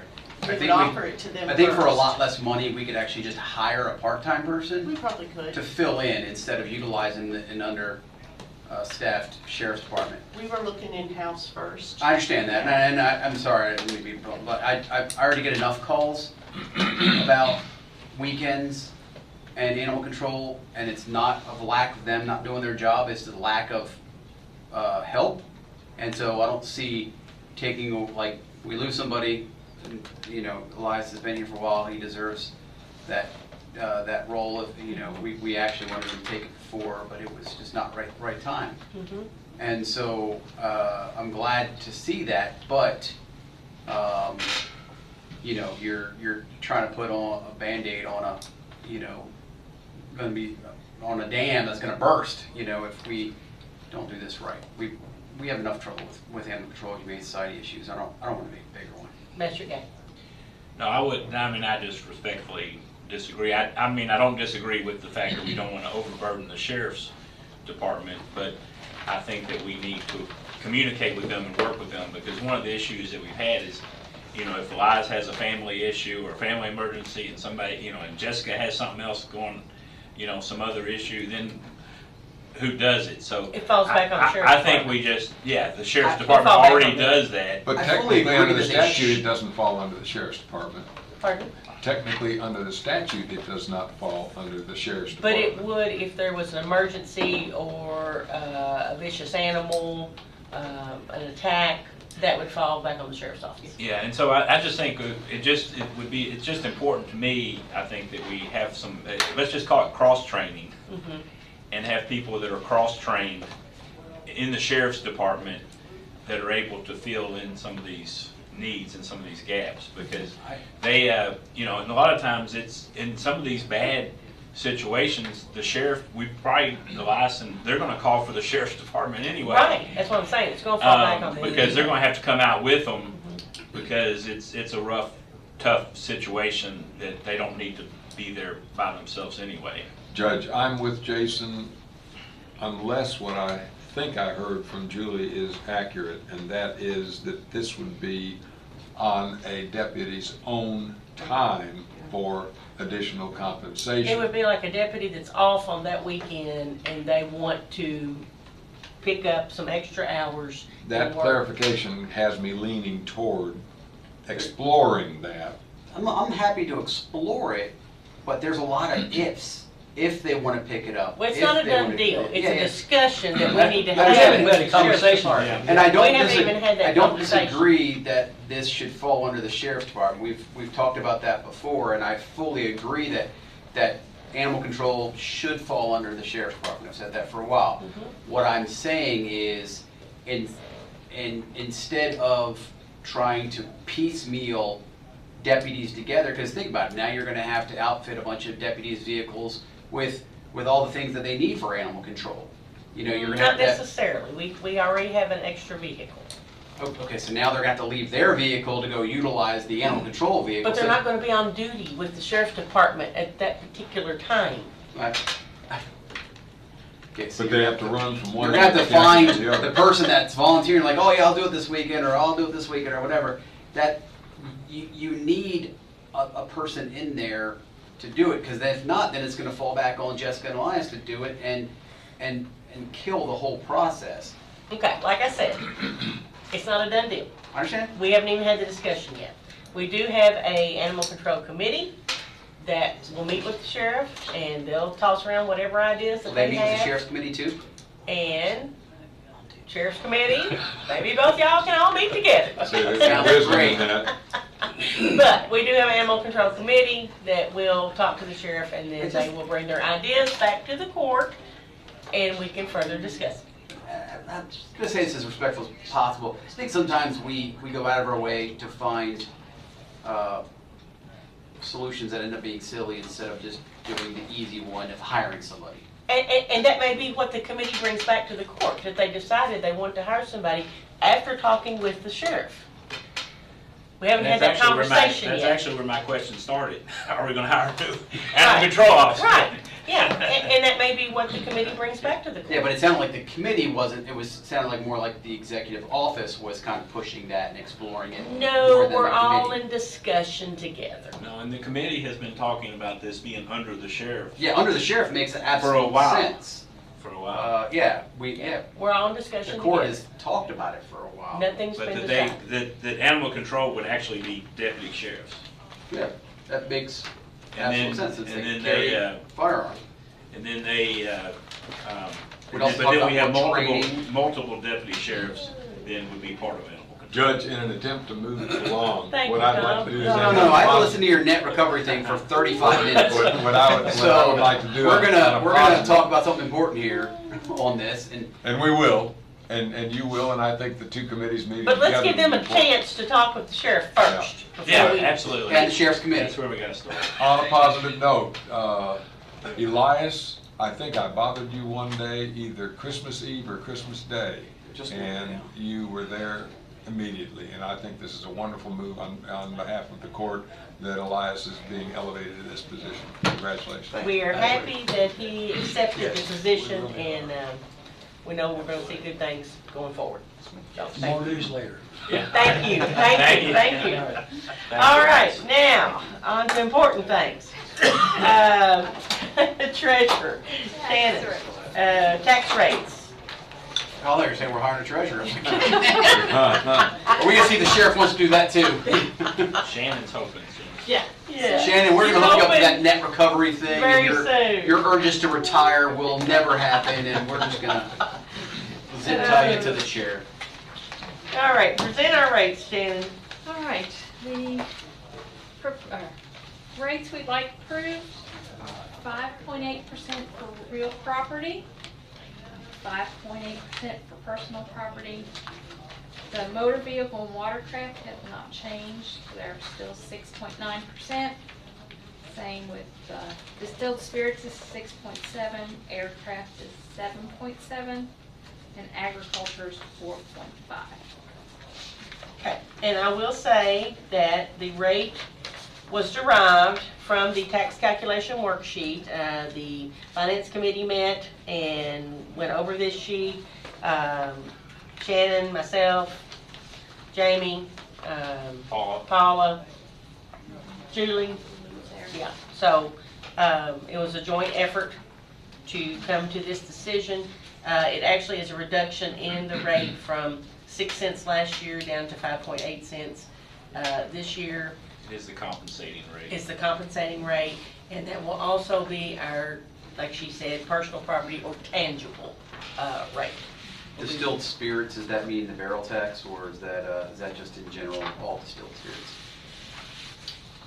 As far as I know, it is all distilled spirits. I don't have anything breaking that down. So, because the barrel tax, I believe, is separate. Yeah.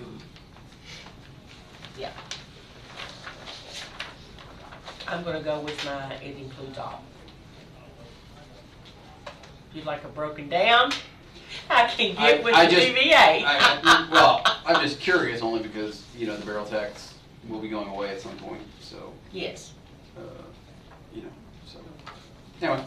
Yeah. I don't have last year's numbers in front of me to tell you what the difference in the assessment was from last year to this year. Okay. For that particular one. Okay, rates have been presented. Is there a motion to approve the rates as presented? I'll make that motion. Magistrate Gay, is there a second?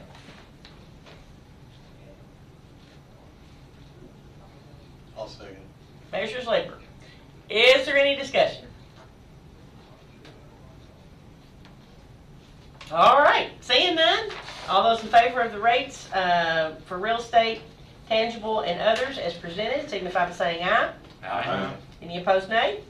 Motion carries. Thank you all very much. Thank you, Shannon. Appreciate your work on that. And then you also have something else.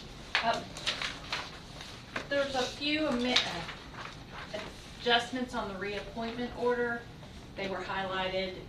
These were people that either received a promotion or their 6-month increase in between that time when I started the paperwork and we have approved it. So we just need to reapprove those. Okay, so it's the highlighted names. It's the that we're looking highlighted at. names, yes. Okay. All right, so motion to approve the amendment to the reappointment, employee reappointment. I'll make that motion. Magistrate Gay, is there a second? Second. Magistrate Harmon, any discussion? All those in favor signify by saying aye. Aye. Any opposed, nay? Motion carries. Thank you, ma'am. Thank you. All right, Miss Julie, you have a first reading on a ordinance. This is the first reading of ordinance 220.4.02, which is an amendment to 220.4, the tax collection language. We are amending section 3 to insert a provision for a minimum due on net profit returns of $25. If you have a return that's $26, you pay $26. If you have a return that's $24, you pay $25. So the minimum everybody would file is for $25. So I'm looking for approval of the first reading. So moved. Second. Okay, I have a motion by Magistrate Ellis, a second by Magistrate Gay. Any discussion on the occupational license fee ordinance? Seeing none, all those in favor signify by saying aye. Aye. Any opposed, nay? And that is the first reading of ordinance 220.4.02 relating to occupational license requirements. Thank you, ma'am. All right, magistrate reports. Magistrate Cullen, we'll start with you today. I'm good. Thank you. Magistrate Gay? Yes, just real quick, we do have the the Jason Cullen tire collection thing going on. Tire this- amnesty. This week, tire amnesty, so Angie wanted me to make sure Jason knows that he can bring his tires this week or hold them for 3 or 4 more years. I've got some I stuffed my tires with paint cans this year, so it's gonna be good. But that is, it's at the State Highway Garage. Yes. And it's Thursday and Friday from 8 to 4:30. All counties. And Saturday from 8 to 3. And yes, you don't have to be a Boyle County resident to come to that, but we do want all Boyle County residents that have tires laying around in their backyard or on their property to gather those up and bring them now. Didn't she say you could bring them on Wednesday to Perryville, the Perryville Convenience Center, and bring them over? No, she said Thursday and Friday from 8 to 4:30 at State We Garage. may have a place for you in And in Saturday Perryville. from 8 to 3. And it's basically, they can be on the rims and everything, and just, you can't have the foam tires and all that. Right.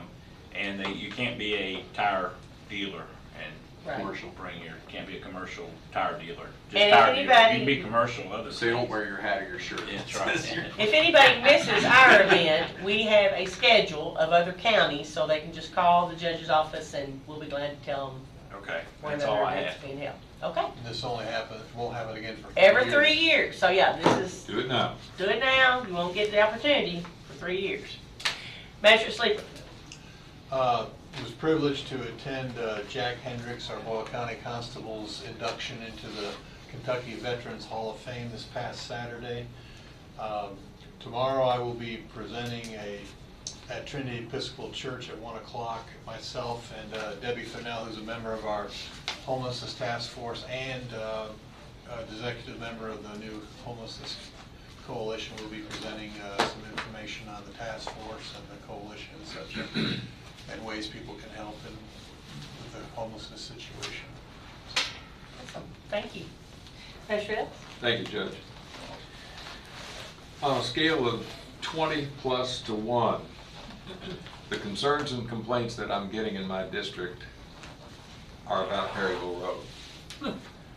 With the judges okay, after looking at my draft letter, I went straight to Secretary Gray with printed out was nearly a 2-page appeal about the economic impact, about the embarrassment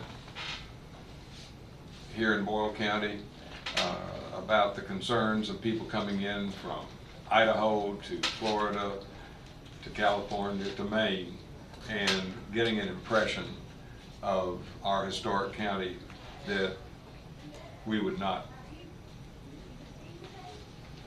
have to see. The response came back within 3 or 4 business days that will not take place this year, that in fact they will do the patching, which I think will exacerbate the aesthetic circumstance of the road, and that it will come in fiscal year 26, which in my response to that response said that my understanding is fiscal year 26 begins 7/1 of 25, and I punctuated that in my response to the state DOT. I'm very disappointed in the state's response, considering the fact that it's been many, many years since Perryville Road has been repaved, and that years ago, nearly 5 years ago, we had a circumstance similar to this on Portland Road, and we were promised year after year, and it took 3.5 years to get patches of Portland Road done this year. So I will stay on top of this. They will be hearing from me in DOT, both in E-Town and in Frankfort, if things aren't moved forward for the patching that's going to be done this year and the full paving next year.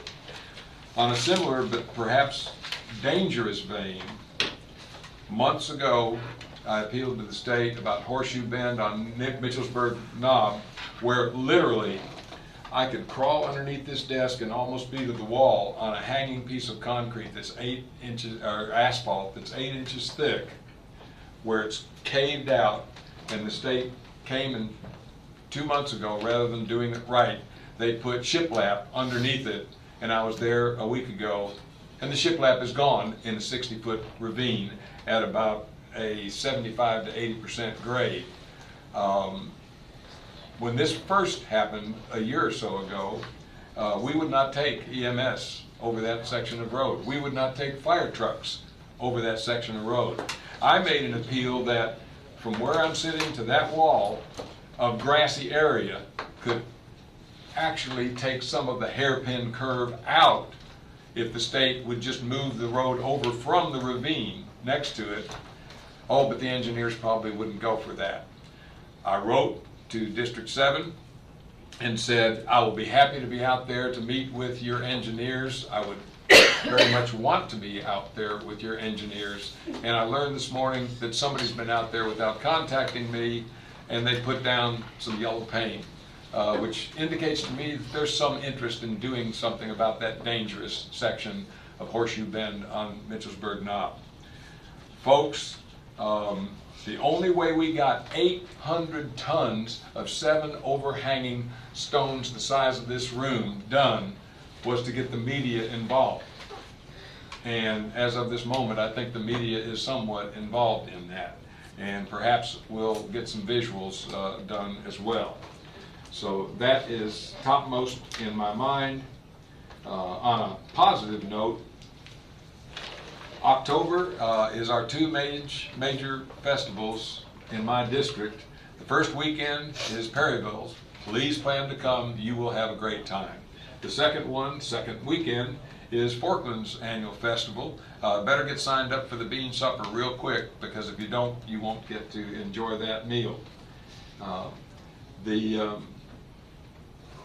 third thing, and I meant to mention this first, Laura, we haven't met you, we don't know your last name, but Congressman Comer and Mary Carter Barton have sent Laura today. Could you introduce yourself and tell us about you?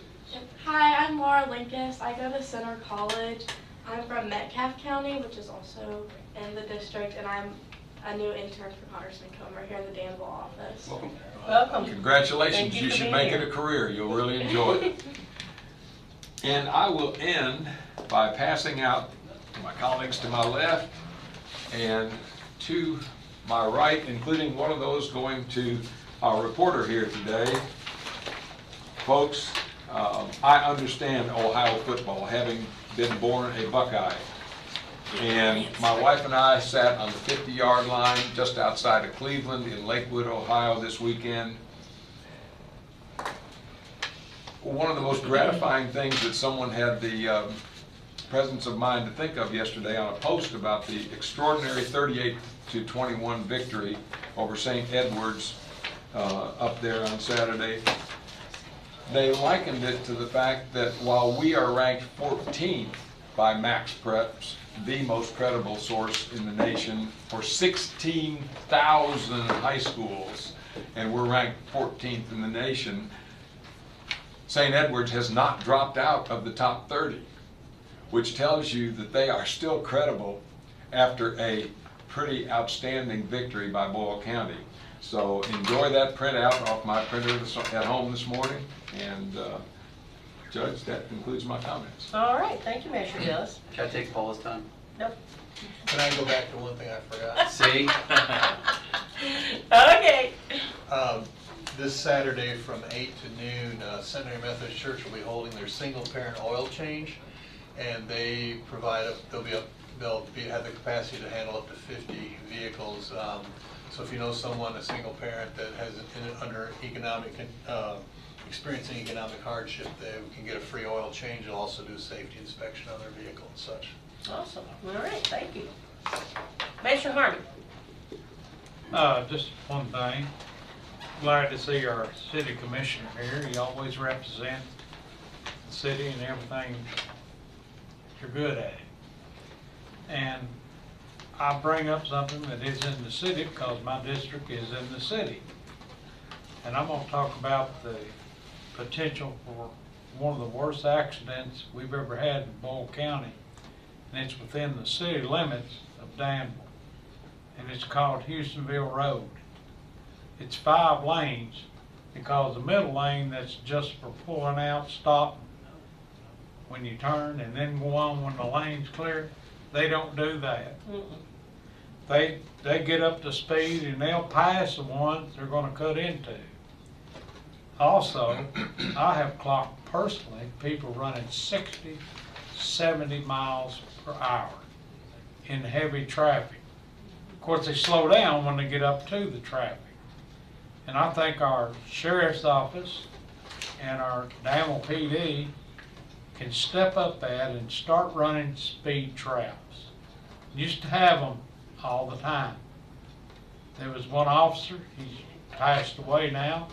He was nicknamed Smoke, but his smoke would pull you. And he always pulled you when you were speeding. And if Smoke were alive today, he would shake his head as what's out there on Houstonville Road. Come out there anytime, get your lawn chair and sit on the sidewalk, and you won't sit there long, because you would pick it up, put it in the car, and go home. Pretty much a free-for-all out there. It is. Somebody's going to get, some bodies are going to get killed, and you won't be able to repair that or fix it. But it's a serious problem that we as a county with our law enforcement and even the state police can team up, and they can work radar. They can give us one hour a week. Believe you me, it'll change the attitude. It really will. But when a pedestrian, which my neighbor was crossing that road, walked from Walmart and walked home because she doesn't drive, she was hit severely, and they didn't think she'd live. But thank the Lord, she's back to work at Walmart. And she still walks, but not out on Houstonville Road. It's a deadly pedestrian place. And also, kids who ride their bicycles, and they have to cross the road, get on the other side to get the other side of the subdivisions and back and forth. And they ride mopeds. They run up and down my street all the time in Cloverdale on Kerrigan Drive. My traffic flow on Kerrigan is about 102 vehicles per hour.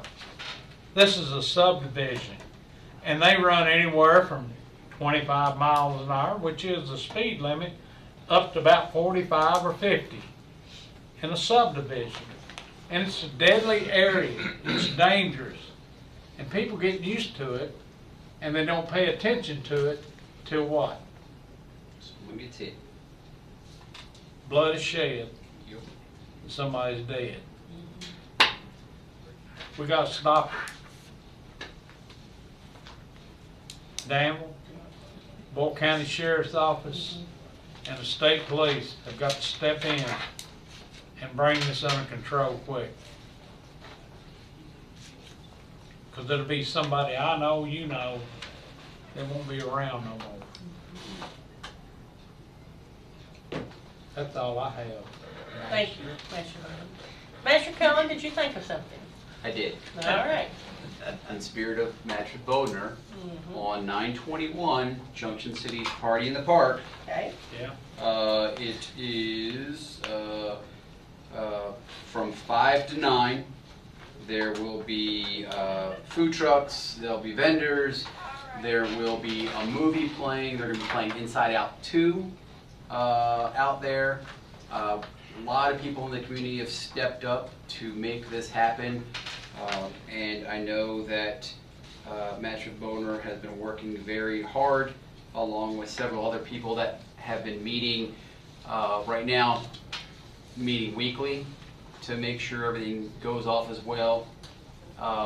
You know, there's a couple things going on that day, but this is a good night for people to come out, watch a movie, and enjoy that park. There won't be any parking at the park because that's where the vendors are going to be, but there'll be parking all around. So make sure you come out and support Junction City and the Junction City Matters group at the Party in the Park Saturday, 21st, 5 to 9. Movie starts at 8-ish. depending on how dark it gets. So, Okay, thank you very radio much. station will be out there. And then I'll submit my EMS committee report from this morning.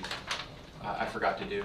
So you want that or you want that? You want to later? read it? Yeah, might as well. Yeah. So I met with Tim Bryant, Mo, Terry, Mark this morning. Fleet report, the EC1, which was in an accident, was our brand new one. It was in an accident. They got it back, and then when they got it back, they realized the radiator's cracked. Leftovers of COVID still. The radiator's on a 30-day back order, and so we're waiting on that. EC8 also needs a new power steering line, but that's on back order. They're hoping to have it today, though. So. Otherwise, we have no extra vehicles. No, correct. Runs for July, 638. I think my last report was 531 for June, if I remember my numbers properly. So 638. And they said a lot of these were very sick runs. It wasn't just like, oh, you know, calling 911 and being out there just in case. There was a lot of illnesses going around apparently that they were responding to. Terry and Mark gave a great update on the response team for the grant. They've already met all 5 of their milestones, and so now they're working on how to implement other things.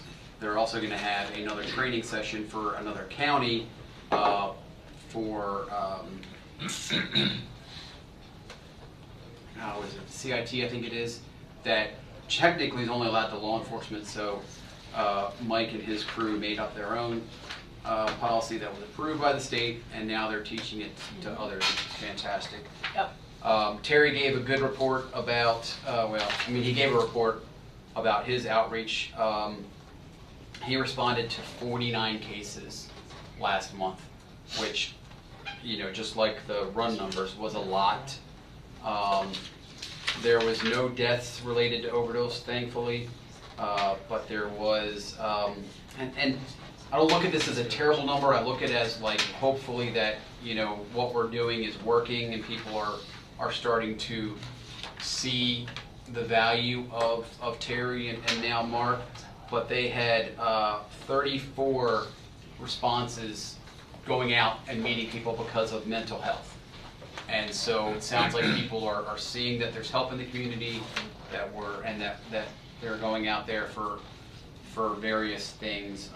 That's great. Yeah, so it's been fantastic. I really appreciate the court for continuing to keep Terry as an asset to this community, and now Mark will be just that much more. And then lastly, Lance, thank you very much for being here. We've missed the advocate messenger being actually present at these meetings. Open invite, please come all the time. I'll be honest, I was looking at my subscription this morning as it came through this morning. I started reading it and I was like, man, I don't think I need this anymore. But Lance, you've made me want to keep my Oh, wow, you're subscription. going to resubscribe now. Wonderful. So anyway. All right, is that your motion to That's my motion to do the report. Also, Mo has been doing a fantastic job on training. We are setting the gold standard for EMS in not only this county, this state, I think this country. These guys are rocking it. Live and breathe not only EMS but this community, and so I appreciate them. I've been out there a couple times this week just talking with them and appreciating them. So that's my report. Second. Thank you. I'll second that motion. Have a motion by Magistrate Cullen, a second by Magistrate Gay Yep. to approve Magistrate Cullen's EMS report. All those in favor signify by saying aye. Aye. Any opposed, nay? Motion carries. Steve, do you see anything going on out there in the hall being told? I see there's Roger. people- I didn't know if there was some business that they had here today, like EMS, like if there's something we Anybody need to come in and report anything? Everybody good? We're all good. Okay, thank you. Okay. Steve out. that shows your value on the court in the judge's eyes. Like, yeah, we'll send Steve. Who knows what's going on out there? We'll just... All right, county attorney. Human shield. Right. I got to actually go to Lakewood, Ohio, and see the football game. That was pretty exciting. Were you Really on the exciting. 50 though? Yeah. I was on the 40. You weren't really there then. It was really exciting. I thought we were going to give them a good game. Just didn't know much about that other team, but I knew the heart that our team has, and I think that all our players are very coachable, and I think that and our coaching staff's great. So I think that is a reason that we win the games that against those opponents who are bigger and stronger and faster than us. It's because we just have very coachable students, players. So very exciting. It was a nice drive home. It was a wonderful weekend. Cleveland's like a really cool town. Lots of things to do there. We actually did a college visit with my daughter, so don't want her to go there because it's too far. But if she does, that's a cool place to visit. And other than that, I have nothing other than neighbors, please be nice to each other. I mean, I'm having a lot of cases come to my office where it's just property lines, and neighbors are just not being nice to one another.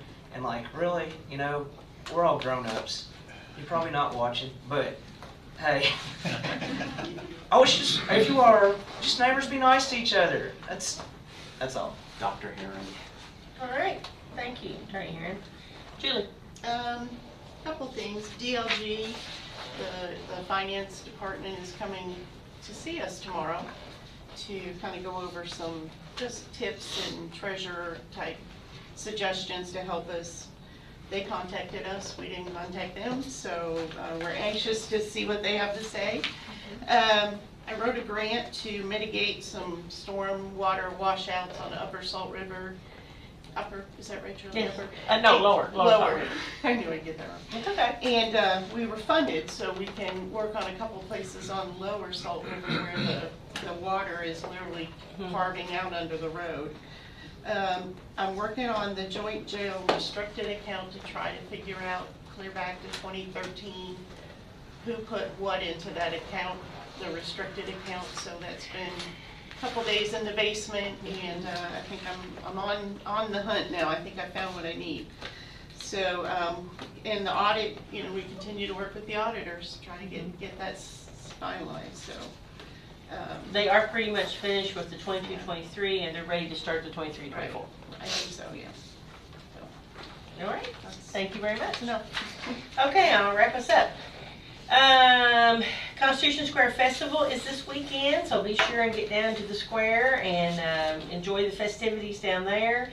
The library will also be doing their grand opening for the History Center. That'll be this Saturday as well, so there'll be a lot going on in Constitution Square. I too want to thank Lance for being here today, so appreciate you coming and sitting in. Magistrate Bodner's birthday was Sunday, and I wanted to say happy birthday to her, but she is absent today, but we can still wish her happy belated birthday wishes. And then also, in the thoughts of Boyle County football, I also want to say that the 8th grade football team, who is coached by my nephew, Matt Bottom, his team is undefeated, and so not only do we have a wonderful high school team, but we have some up-and-coming great talent that is now on the 8th grade football team. So just want to do a shout out to him. He's also been recognized as Teacher of the Week along with his teaching partner at Woodlawn Elementary. So he teaches math and science, I believe, at Woodlawn. So just a shout out to Matt Bottom. Other than that, I don't have anything, so motion to adjourn. Make that motion. And we'd like to adjourn in memory of City of Danville IT James Morris. Yes. Okay, we have a motion by Magistrate Cullen. Is there a second? Second. Second by Magistrate Gay. All those in favor signify by saying aye. Aye. Any opposed, nay? Motion carries. All right. And we joke around.